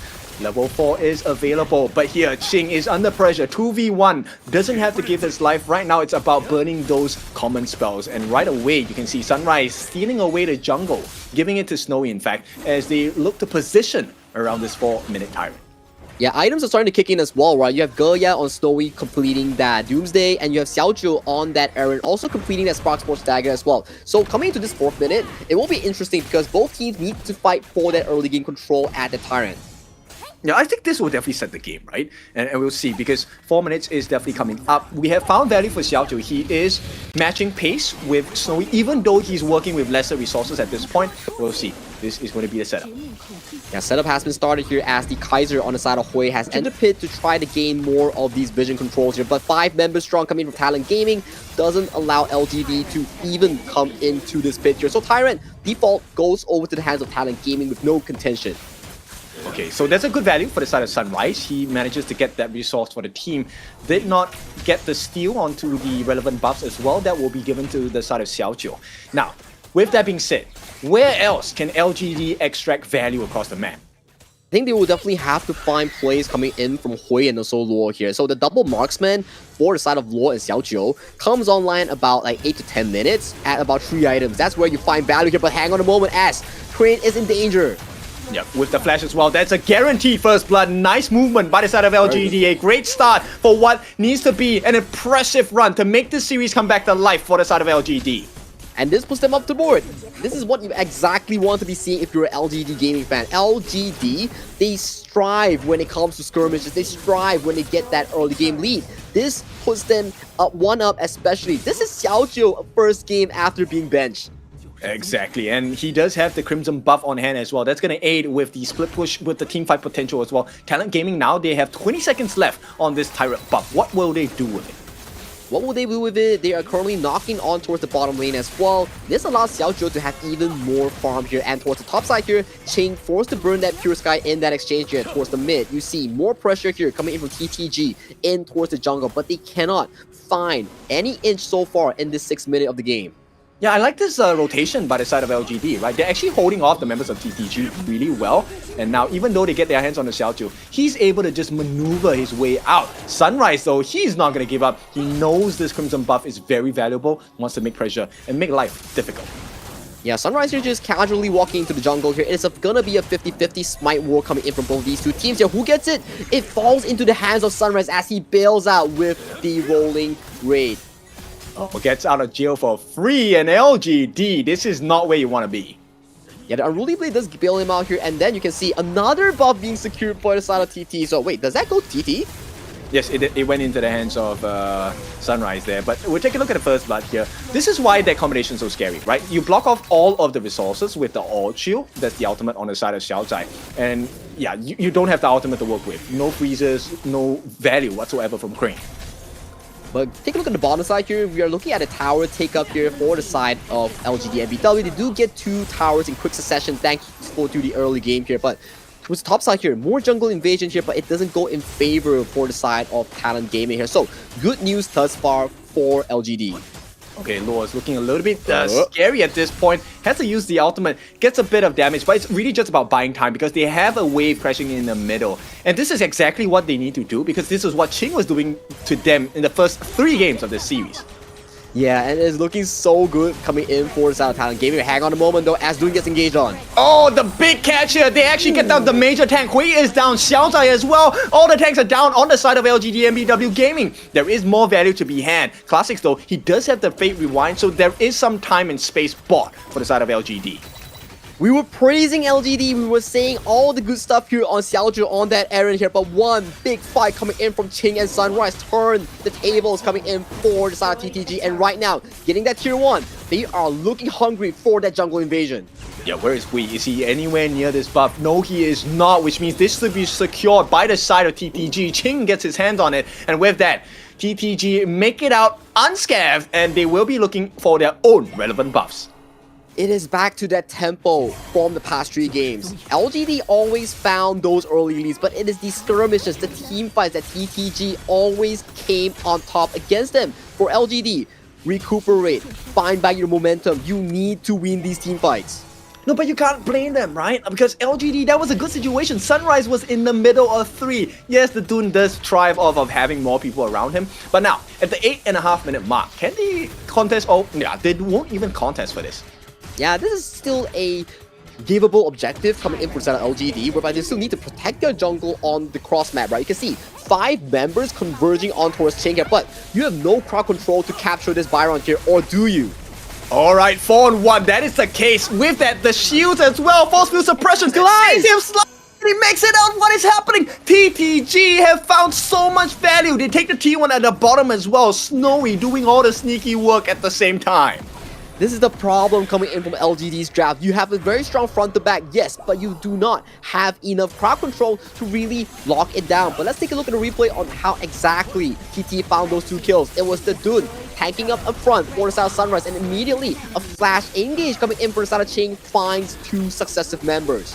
It was a very early all shield coming in from Xiaozai. I think that was one of the main reasons why they won that fight on the side of Talent Gaming. But here we go. Another fight that will not be engaged is really just making sure they push the members back here as they look for some entrance into the Crimson buff here. Will it be stolen? Will not be. Secured here. Big fight happening. A lot of life lost. Sunrise will be taken down, and this might be the turnaround they've been looking for the entire game. LGD looking for more, but the refreshed Raging Sandstorm will be the deterrence against LGD.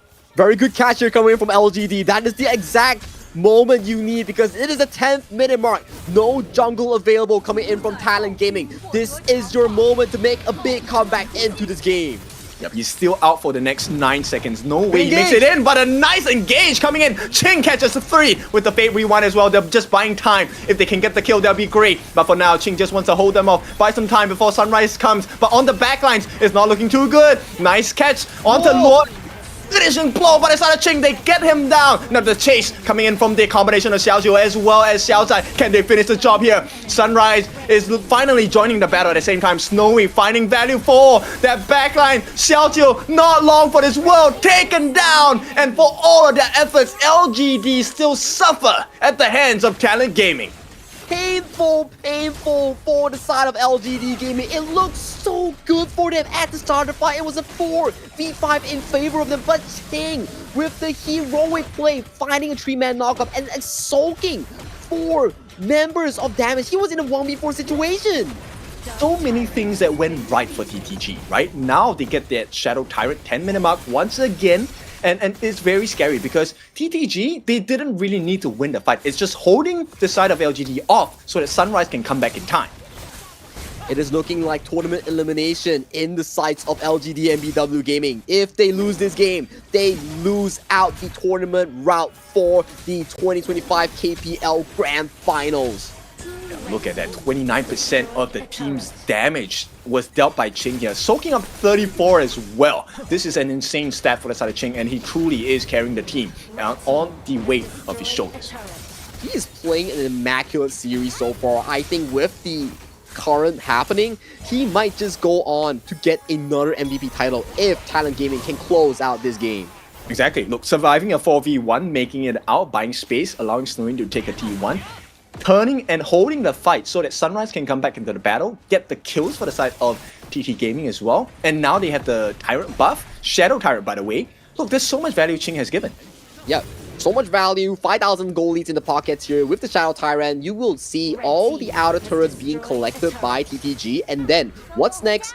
You will see them go for that Shadow Vanguard. That's where the inner turrets will start to be in shambles coming in from LGD.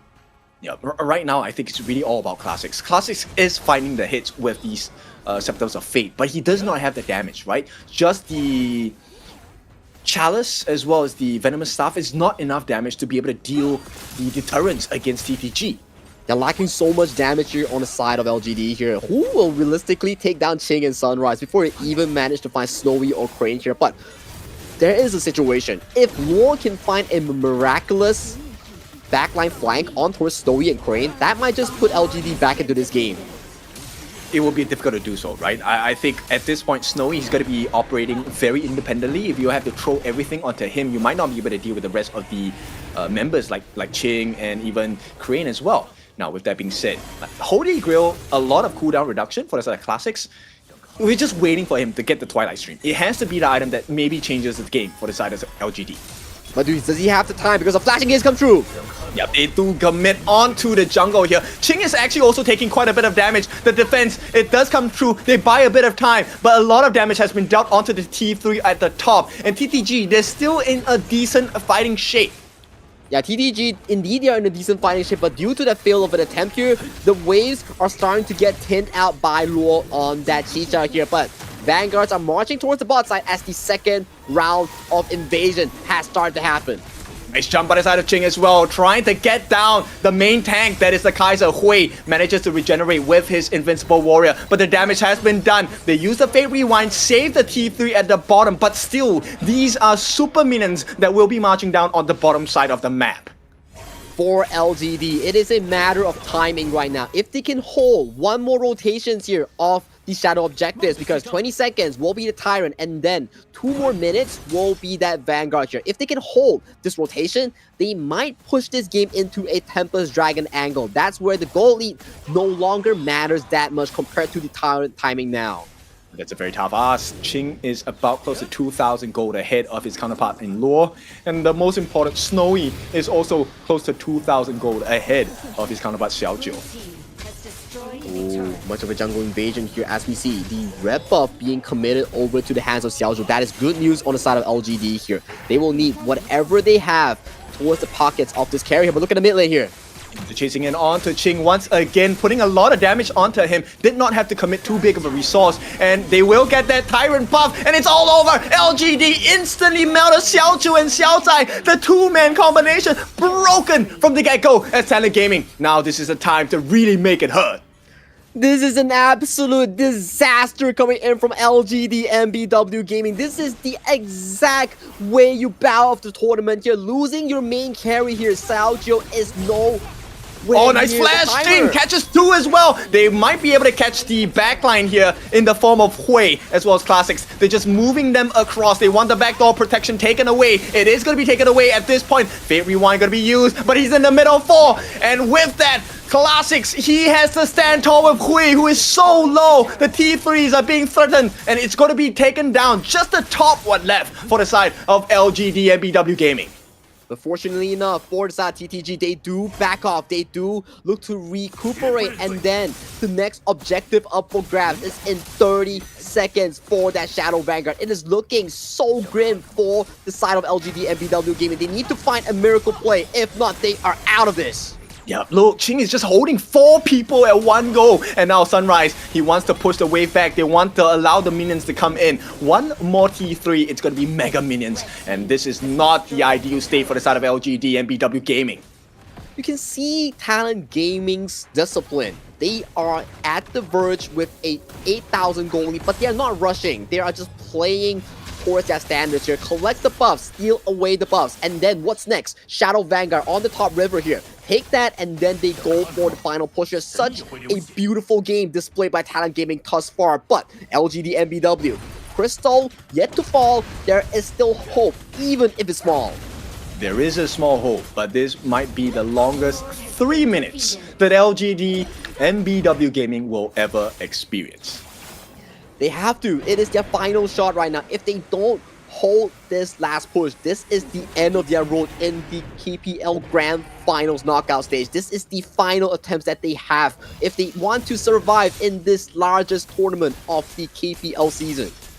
By every information out there, this is not supposed to be a win for the side of LGDNBW Gaming at this stage of the game. They have a barren base, they're behind in farm, and right now they have the Shadow Overlord flying down for the side of TTG. Can they turn this around?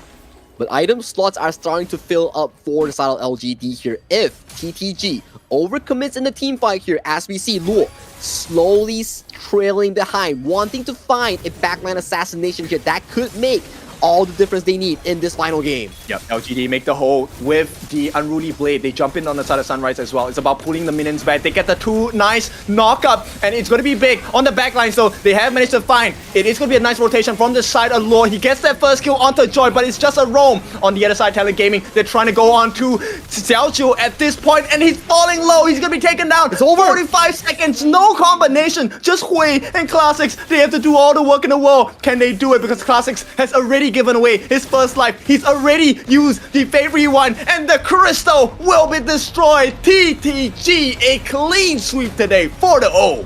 What a masterclass of a series displayed by the side of Guangzhou Talent Gaming there. They played every single step to a perfection. What they displayed is the peak level of Honor of Kings that we should be learning from.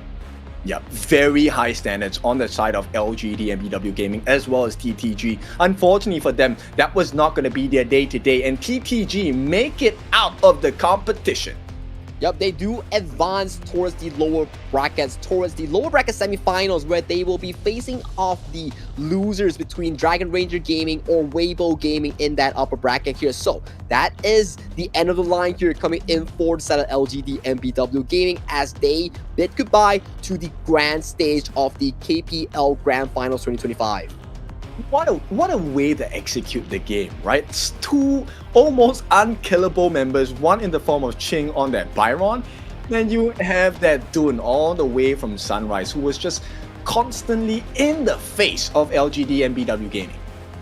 It all boiled down to basics. It all boiled down to the expectations here coming in from Coach Zhou on towards the TTG members here. They really pulled off whatever game plan that the coach has for them. And you can see the emotion starts coming in from the LGD members because they know they are bidding goodbye to the grandest stage here, coming into the largest tournament of their 2025 year.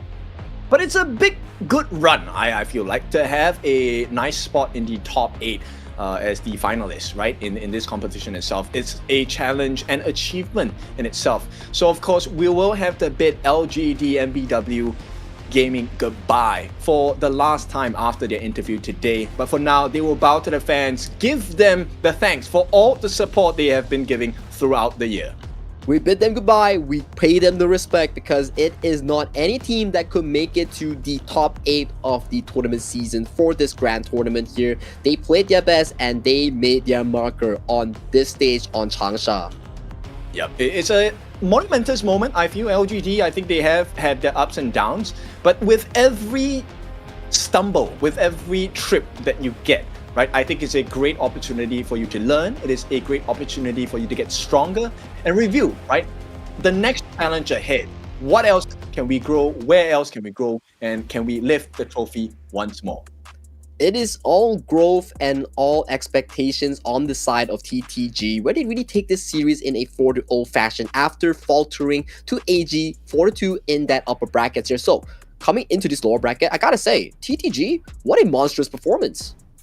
Yes, 4-0, if you don't call it a monster performance, I don't know what is, right? That was super convincing. I mean, the way that the synergy of the team came together was really beautiful, created so much space for Snowy. And I think, okay, look, the argument here is who is the MVP? And I think Ching gets 3 for 3 today. It gotta be him. He was just single-handedly tanking 3 to 4 members as one single Byron here, escaping towards 5-man ganks into a 1v5 engage, and this stalling time for his team to find back the momentum into these team fights. And it was just immaculate stuff here coming in from TTG's captain. Yeah, super crazy, right? Let's take a look at what allowed him to really sustain this 1v4, 1v5 crazy stats. He had the Pure Sky, didn't even get the final item because we were not at the 20-minute mark.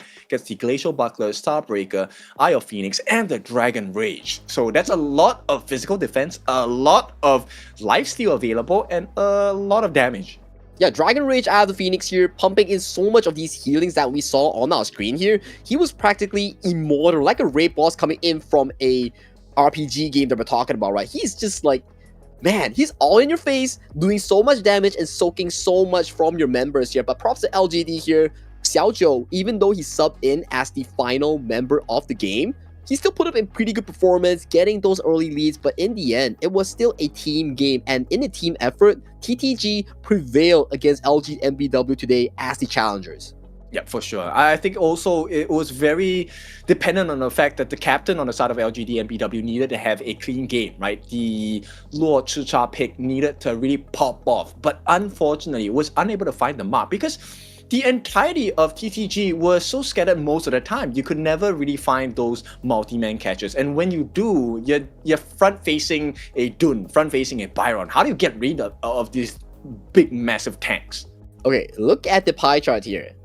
The only thing that the Ching doesn't add on that Byron is the mini team fights assistance here. Everywhere else, he's capped out on that Byron. Yeah, because he was tanking 1v4s, 1v5s, right? There was no team fight to be had. It was him against the world, and he won. That's the craziest part. He won. Oh yeah, he definitely won, and that was a crazy of a series performance here coming in from Ching. He definitely deserved the man of the match that we talk about. Not just the game 4, but out of the entire series, he was so influential on all of his Clash Link picks. Yes, and one thing I think we need to really put focus on is the silent winners of the team fights, which is coming from Snowy, the Joy Dolia, as well as the Lady Jen coming in from Crane, right? Those AoE ultimates really made the world's difference, especially after Xiaozhou used his ultimate. Once again, 3 for 3, it's a hat trick. Ching here, the captain of TTG, will claim once again his 3rd MVP of the day. What a monstrous performance on this Byron. Wait, you got a pentakill? That's What? a pentakill, right? Oh no, I think that's past performance pentakill, right? No, Yes, he didn't yes, get a pentakill. That's just one of his like achievements in towards this entire tournament here. But he made such a good work on towards Byron. Like, why wasn't my Byron this tanky in my rank games here? He showed the absolute beast of a performance on Byron in a KPL stage. Yep, the taunt. Hayao Sui, who else is there? Because there really was no one on the side of LGD in this particular game that was able to stand up to the tankiness and the damage and the stuns, the setups from the man, the captain of TTG. It was all down to his performance here. As we go into the replay here, these was the first few moments that we saw coming in from Ching to really assist Sunrise in those attempts here. Look at Ching flashing in, getting a engage on towards the side of Hui, annihilating him here. And this was the 1v5 here coming in for the side of Ching. Escaping this gank meant so much for the side of TTG to collect more resources on towards the cross map. crazy. Putting full value with his passive, as well as the ultimate, right? The force field suppression. And this one, the setup, he held them there. Didn't need to achieve the kills, it doesn't matter. You just want to hold them so that it cannot take the Tyrant. And with that being said, this was at a moment where Luo, as the captain of LGD, he hadn't hit the financial marks just yet, wasn't defensive enough, didn't have the damage to take the Tyrant on his own, and then it costed them the entire segment over here. Oh man, this was just a crazy game thus far coming in for Ching. He had phenomenal game all round this night here. You can see the confidence just oozing out of this Byron here. He was in every single clip in this highlight. Yep. Very good performance. We'll hear about the comms in this game, as I'm super curious. 黄姐跟我这边抵一下，这波中路可以抽人，兄弟慢慢抽，来，扯他。我这边很强的，他们打人，我们要打人，他要拉上。看我对，我第一时间红贝要直接开了，过来过来。不用着急看，跟我打残，直接打就行了。打坏，兄弟，别用了，跟我，我们跟不上，太远了，兄弟，我们上海多了。来，我接问你，随便走的，守龙就行了，好吧？吃炸，龙脱了别慌，吃炸一滴，兄弟，吃炸一滴。海诺没能打。开零，这边兄弟。艾琳没闪，我弹出来了，兄弟。艾琳没闪，狂点，艾琳没闪。我跑了，兄弟。兄弟，杀了可以看双龙。哎，凯来追我，兄弟。我能接你，你跳。哎，我随便走，不用你接我，随便走。直接双龙。先找视野吧，后杀绕后我能接。别被秒了。你们包机我赢啊，包机会一起击我，他7秒先的。往前抵呗，前面急我前面也行。杀绕后我能接，你们打。杀绕后我能接，你们打。别急，拉一下。哎，别了，清好，兄弟，快上了。吃炸。海诺佛要了，吃炸。来，怪宝石头。吃炸。可以打。艾琳。看后续，能回来不？接下射。怪宝，看你。弹。注意，艾妮稍稳一波。艾妮，来。等线，吸口血等线。谢谢一波。从容一波。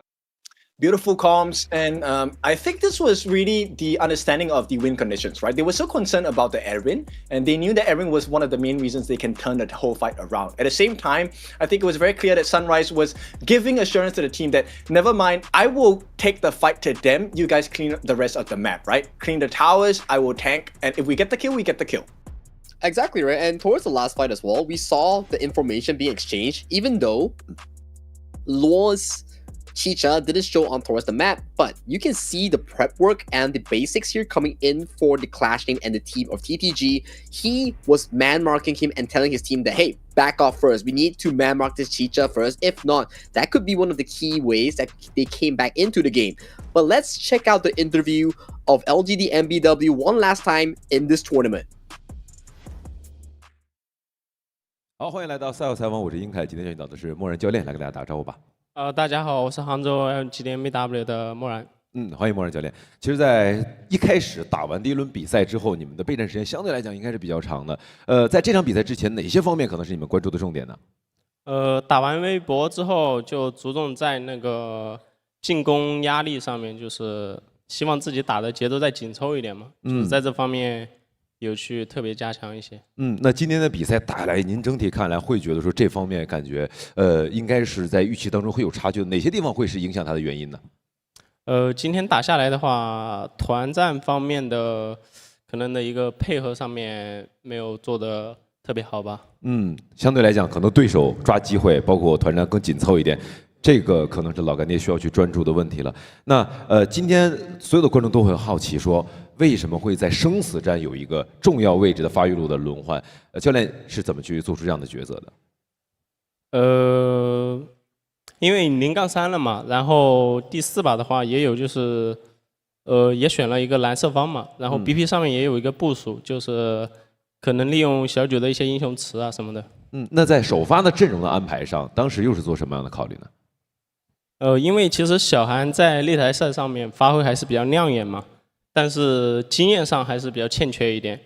但他有就是他的局内的一些表现是进攻性比较强，对，然后就想让他上去看看能不能带来什么一些意想不到的效果吧。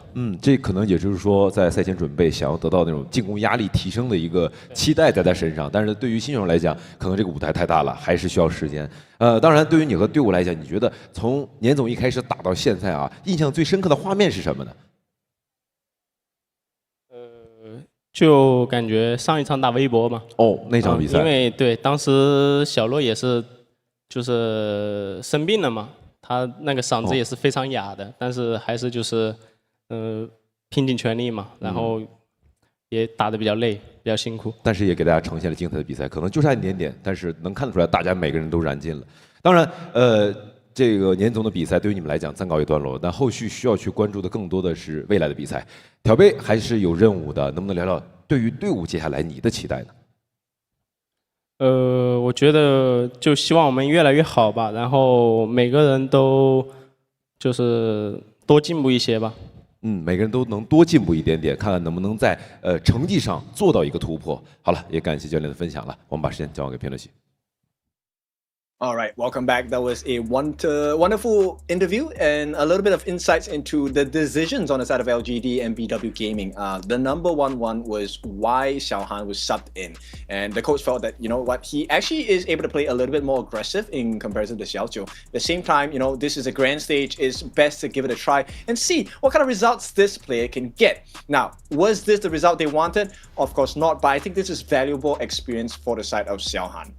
It was also because the fact that Xiaohan had more of a good performance during the cross-group stage that we talk about. He was playing really well and had a more aggressive playstyle that fit LGDNBW's playstyle. And the reason as well for the substitution of Xiaohan back into Game 4 is because the coaching staff and the team thought that on towards the blue side, they wanted to really utilize Xiaoqiu's hero pool to play towards that Aryan composition that they talk about here, and it's Game 4.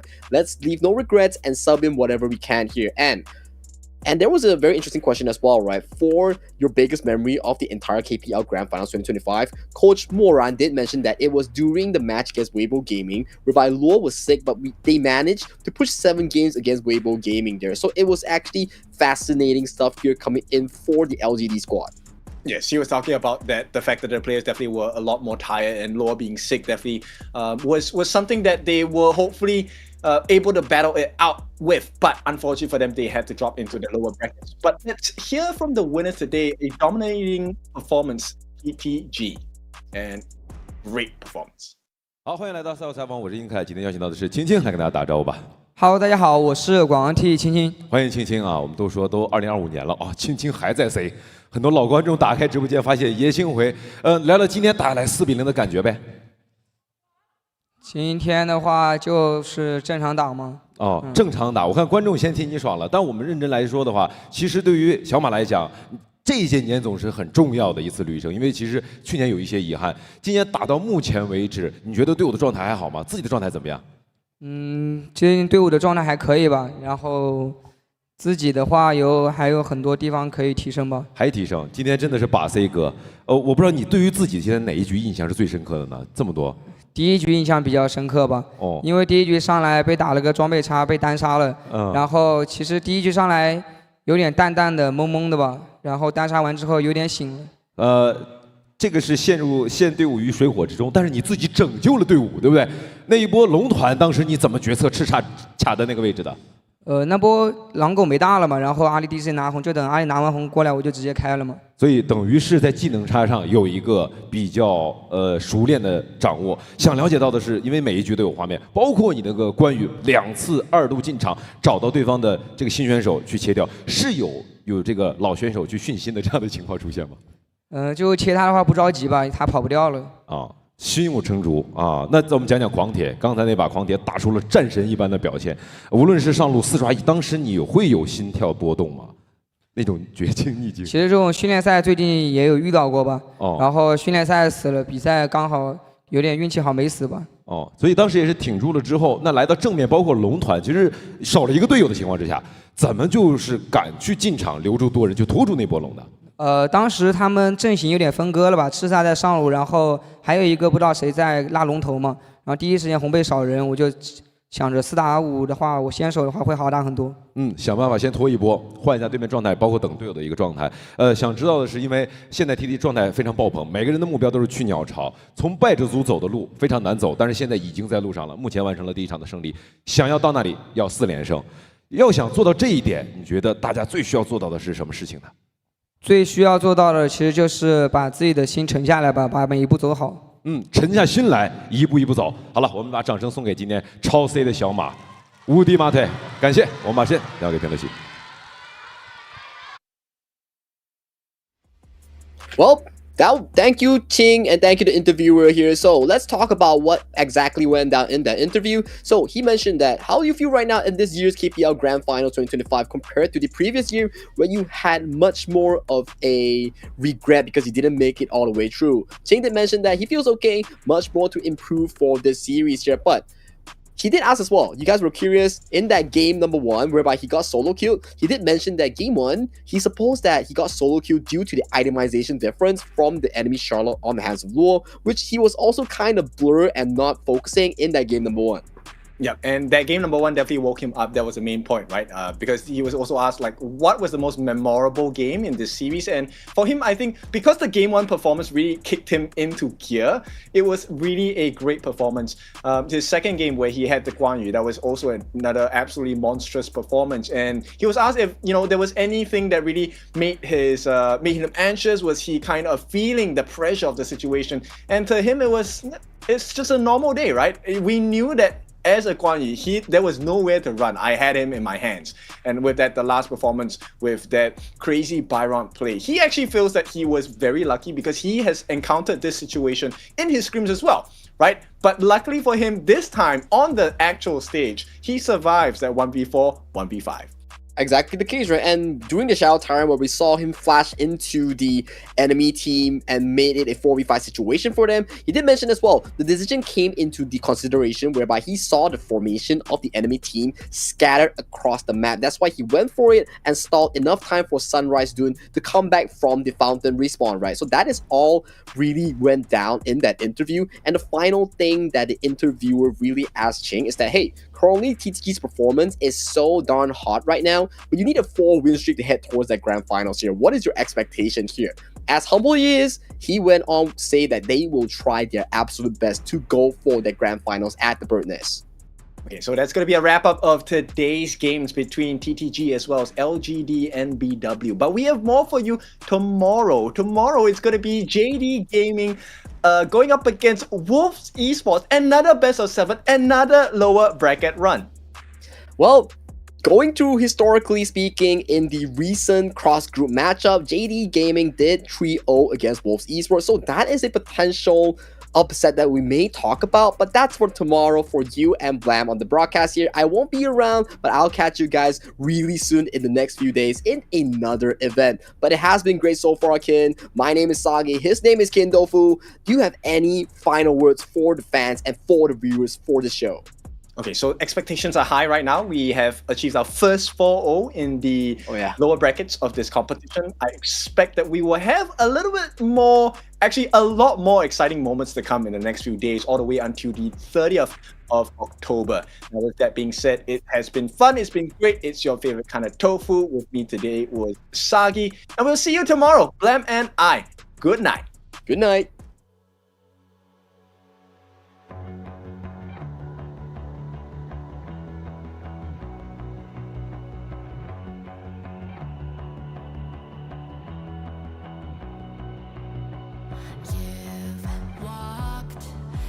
Darkest nights, you've heard the crowd, felt the blinding light. You were standing there when your heart comes alive. It's a dream of ahead, and it never dies. Right here, right now, give it all, get it out. Never surrender. Fight and never fail. I am a contender. A challenge I can feel. The smallest lies become the brightest enemies. Relentlessly. And even if you fall, you gave it everything to be a king.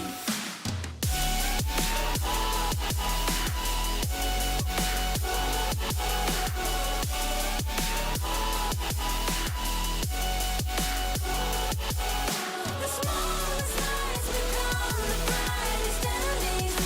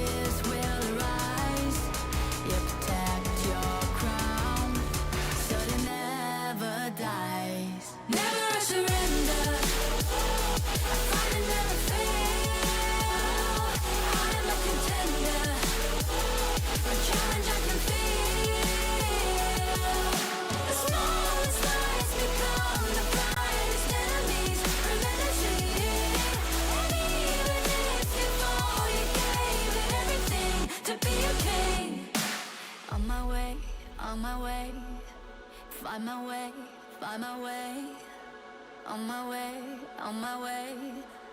Dream my way, dream my way. Never a surrender.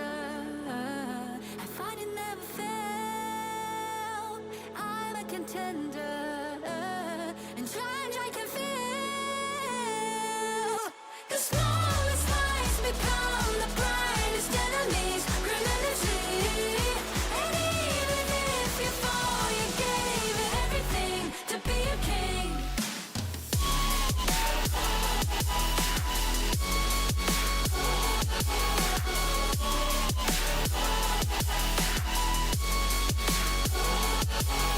The smallest lies become the brightest enemies.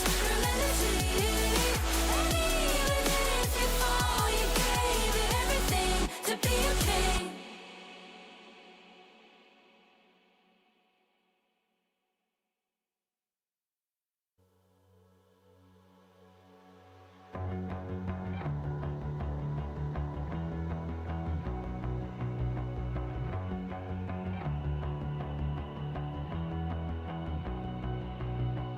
You've walked through the darkest nights.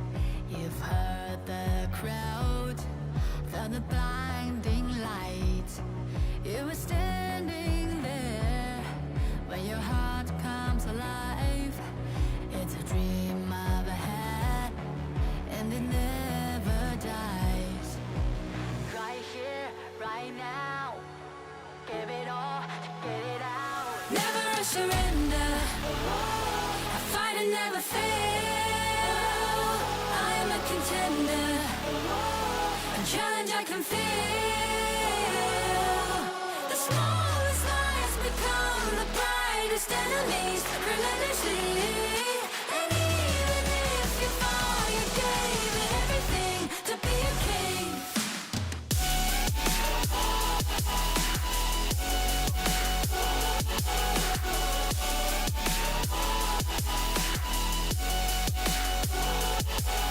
The smallest lies become the brightest enemies. Relentlessly, and even if you fall, you gave it everything to be a king. You carved your way with a sharp attack. You watched it all burn, and you never looked back. There will come a day when your fears will arise. You protect your crown, so it never dies. Never a surrender. I fight and never fail. I am a contender. A challenge I can feel. The smallest lies become the brightest enemies. Relentlessly, and even if you fall, you gave it everything to be a king. On my way, on my way. Find my way, find my way. On my way, on my way. Dream my way, dream my way. Never a surrender.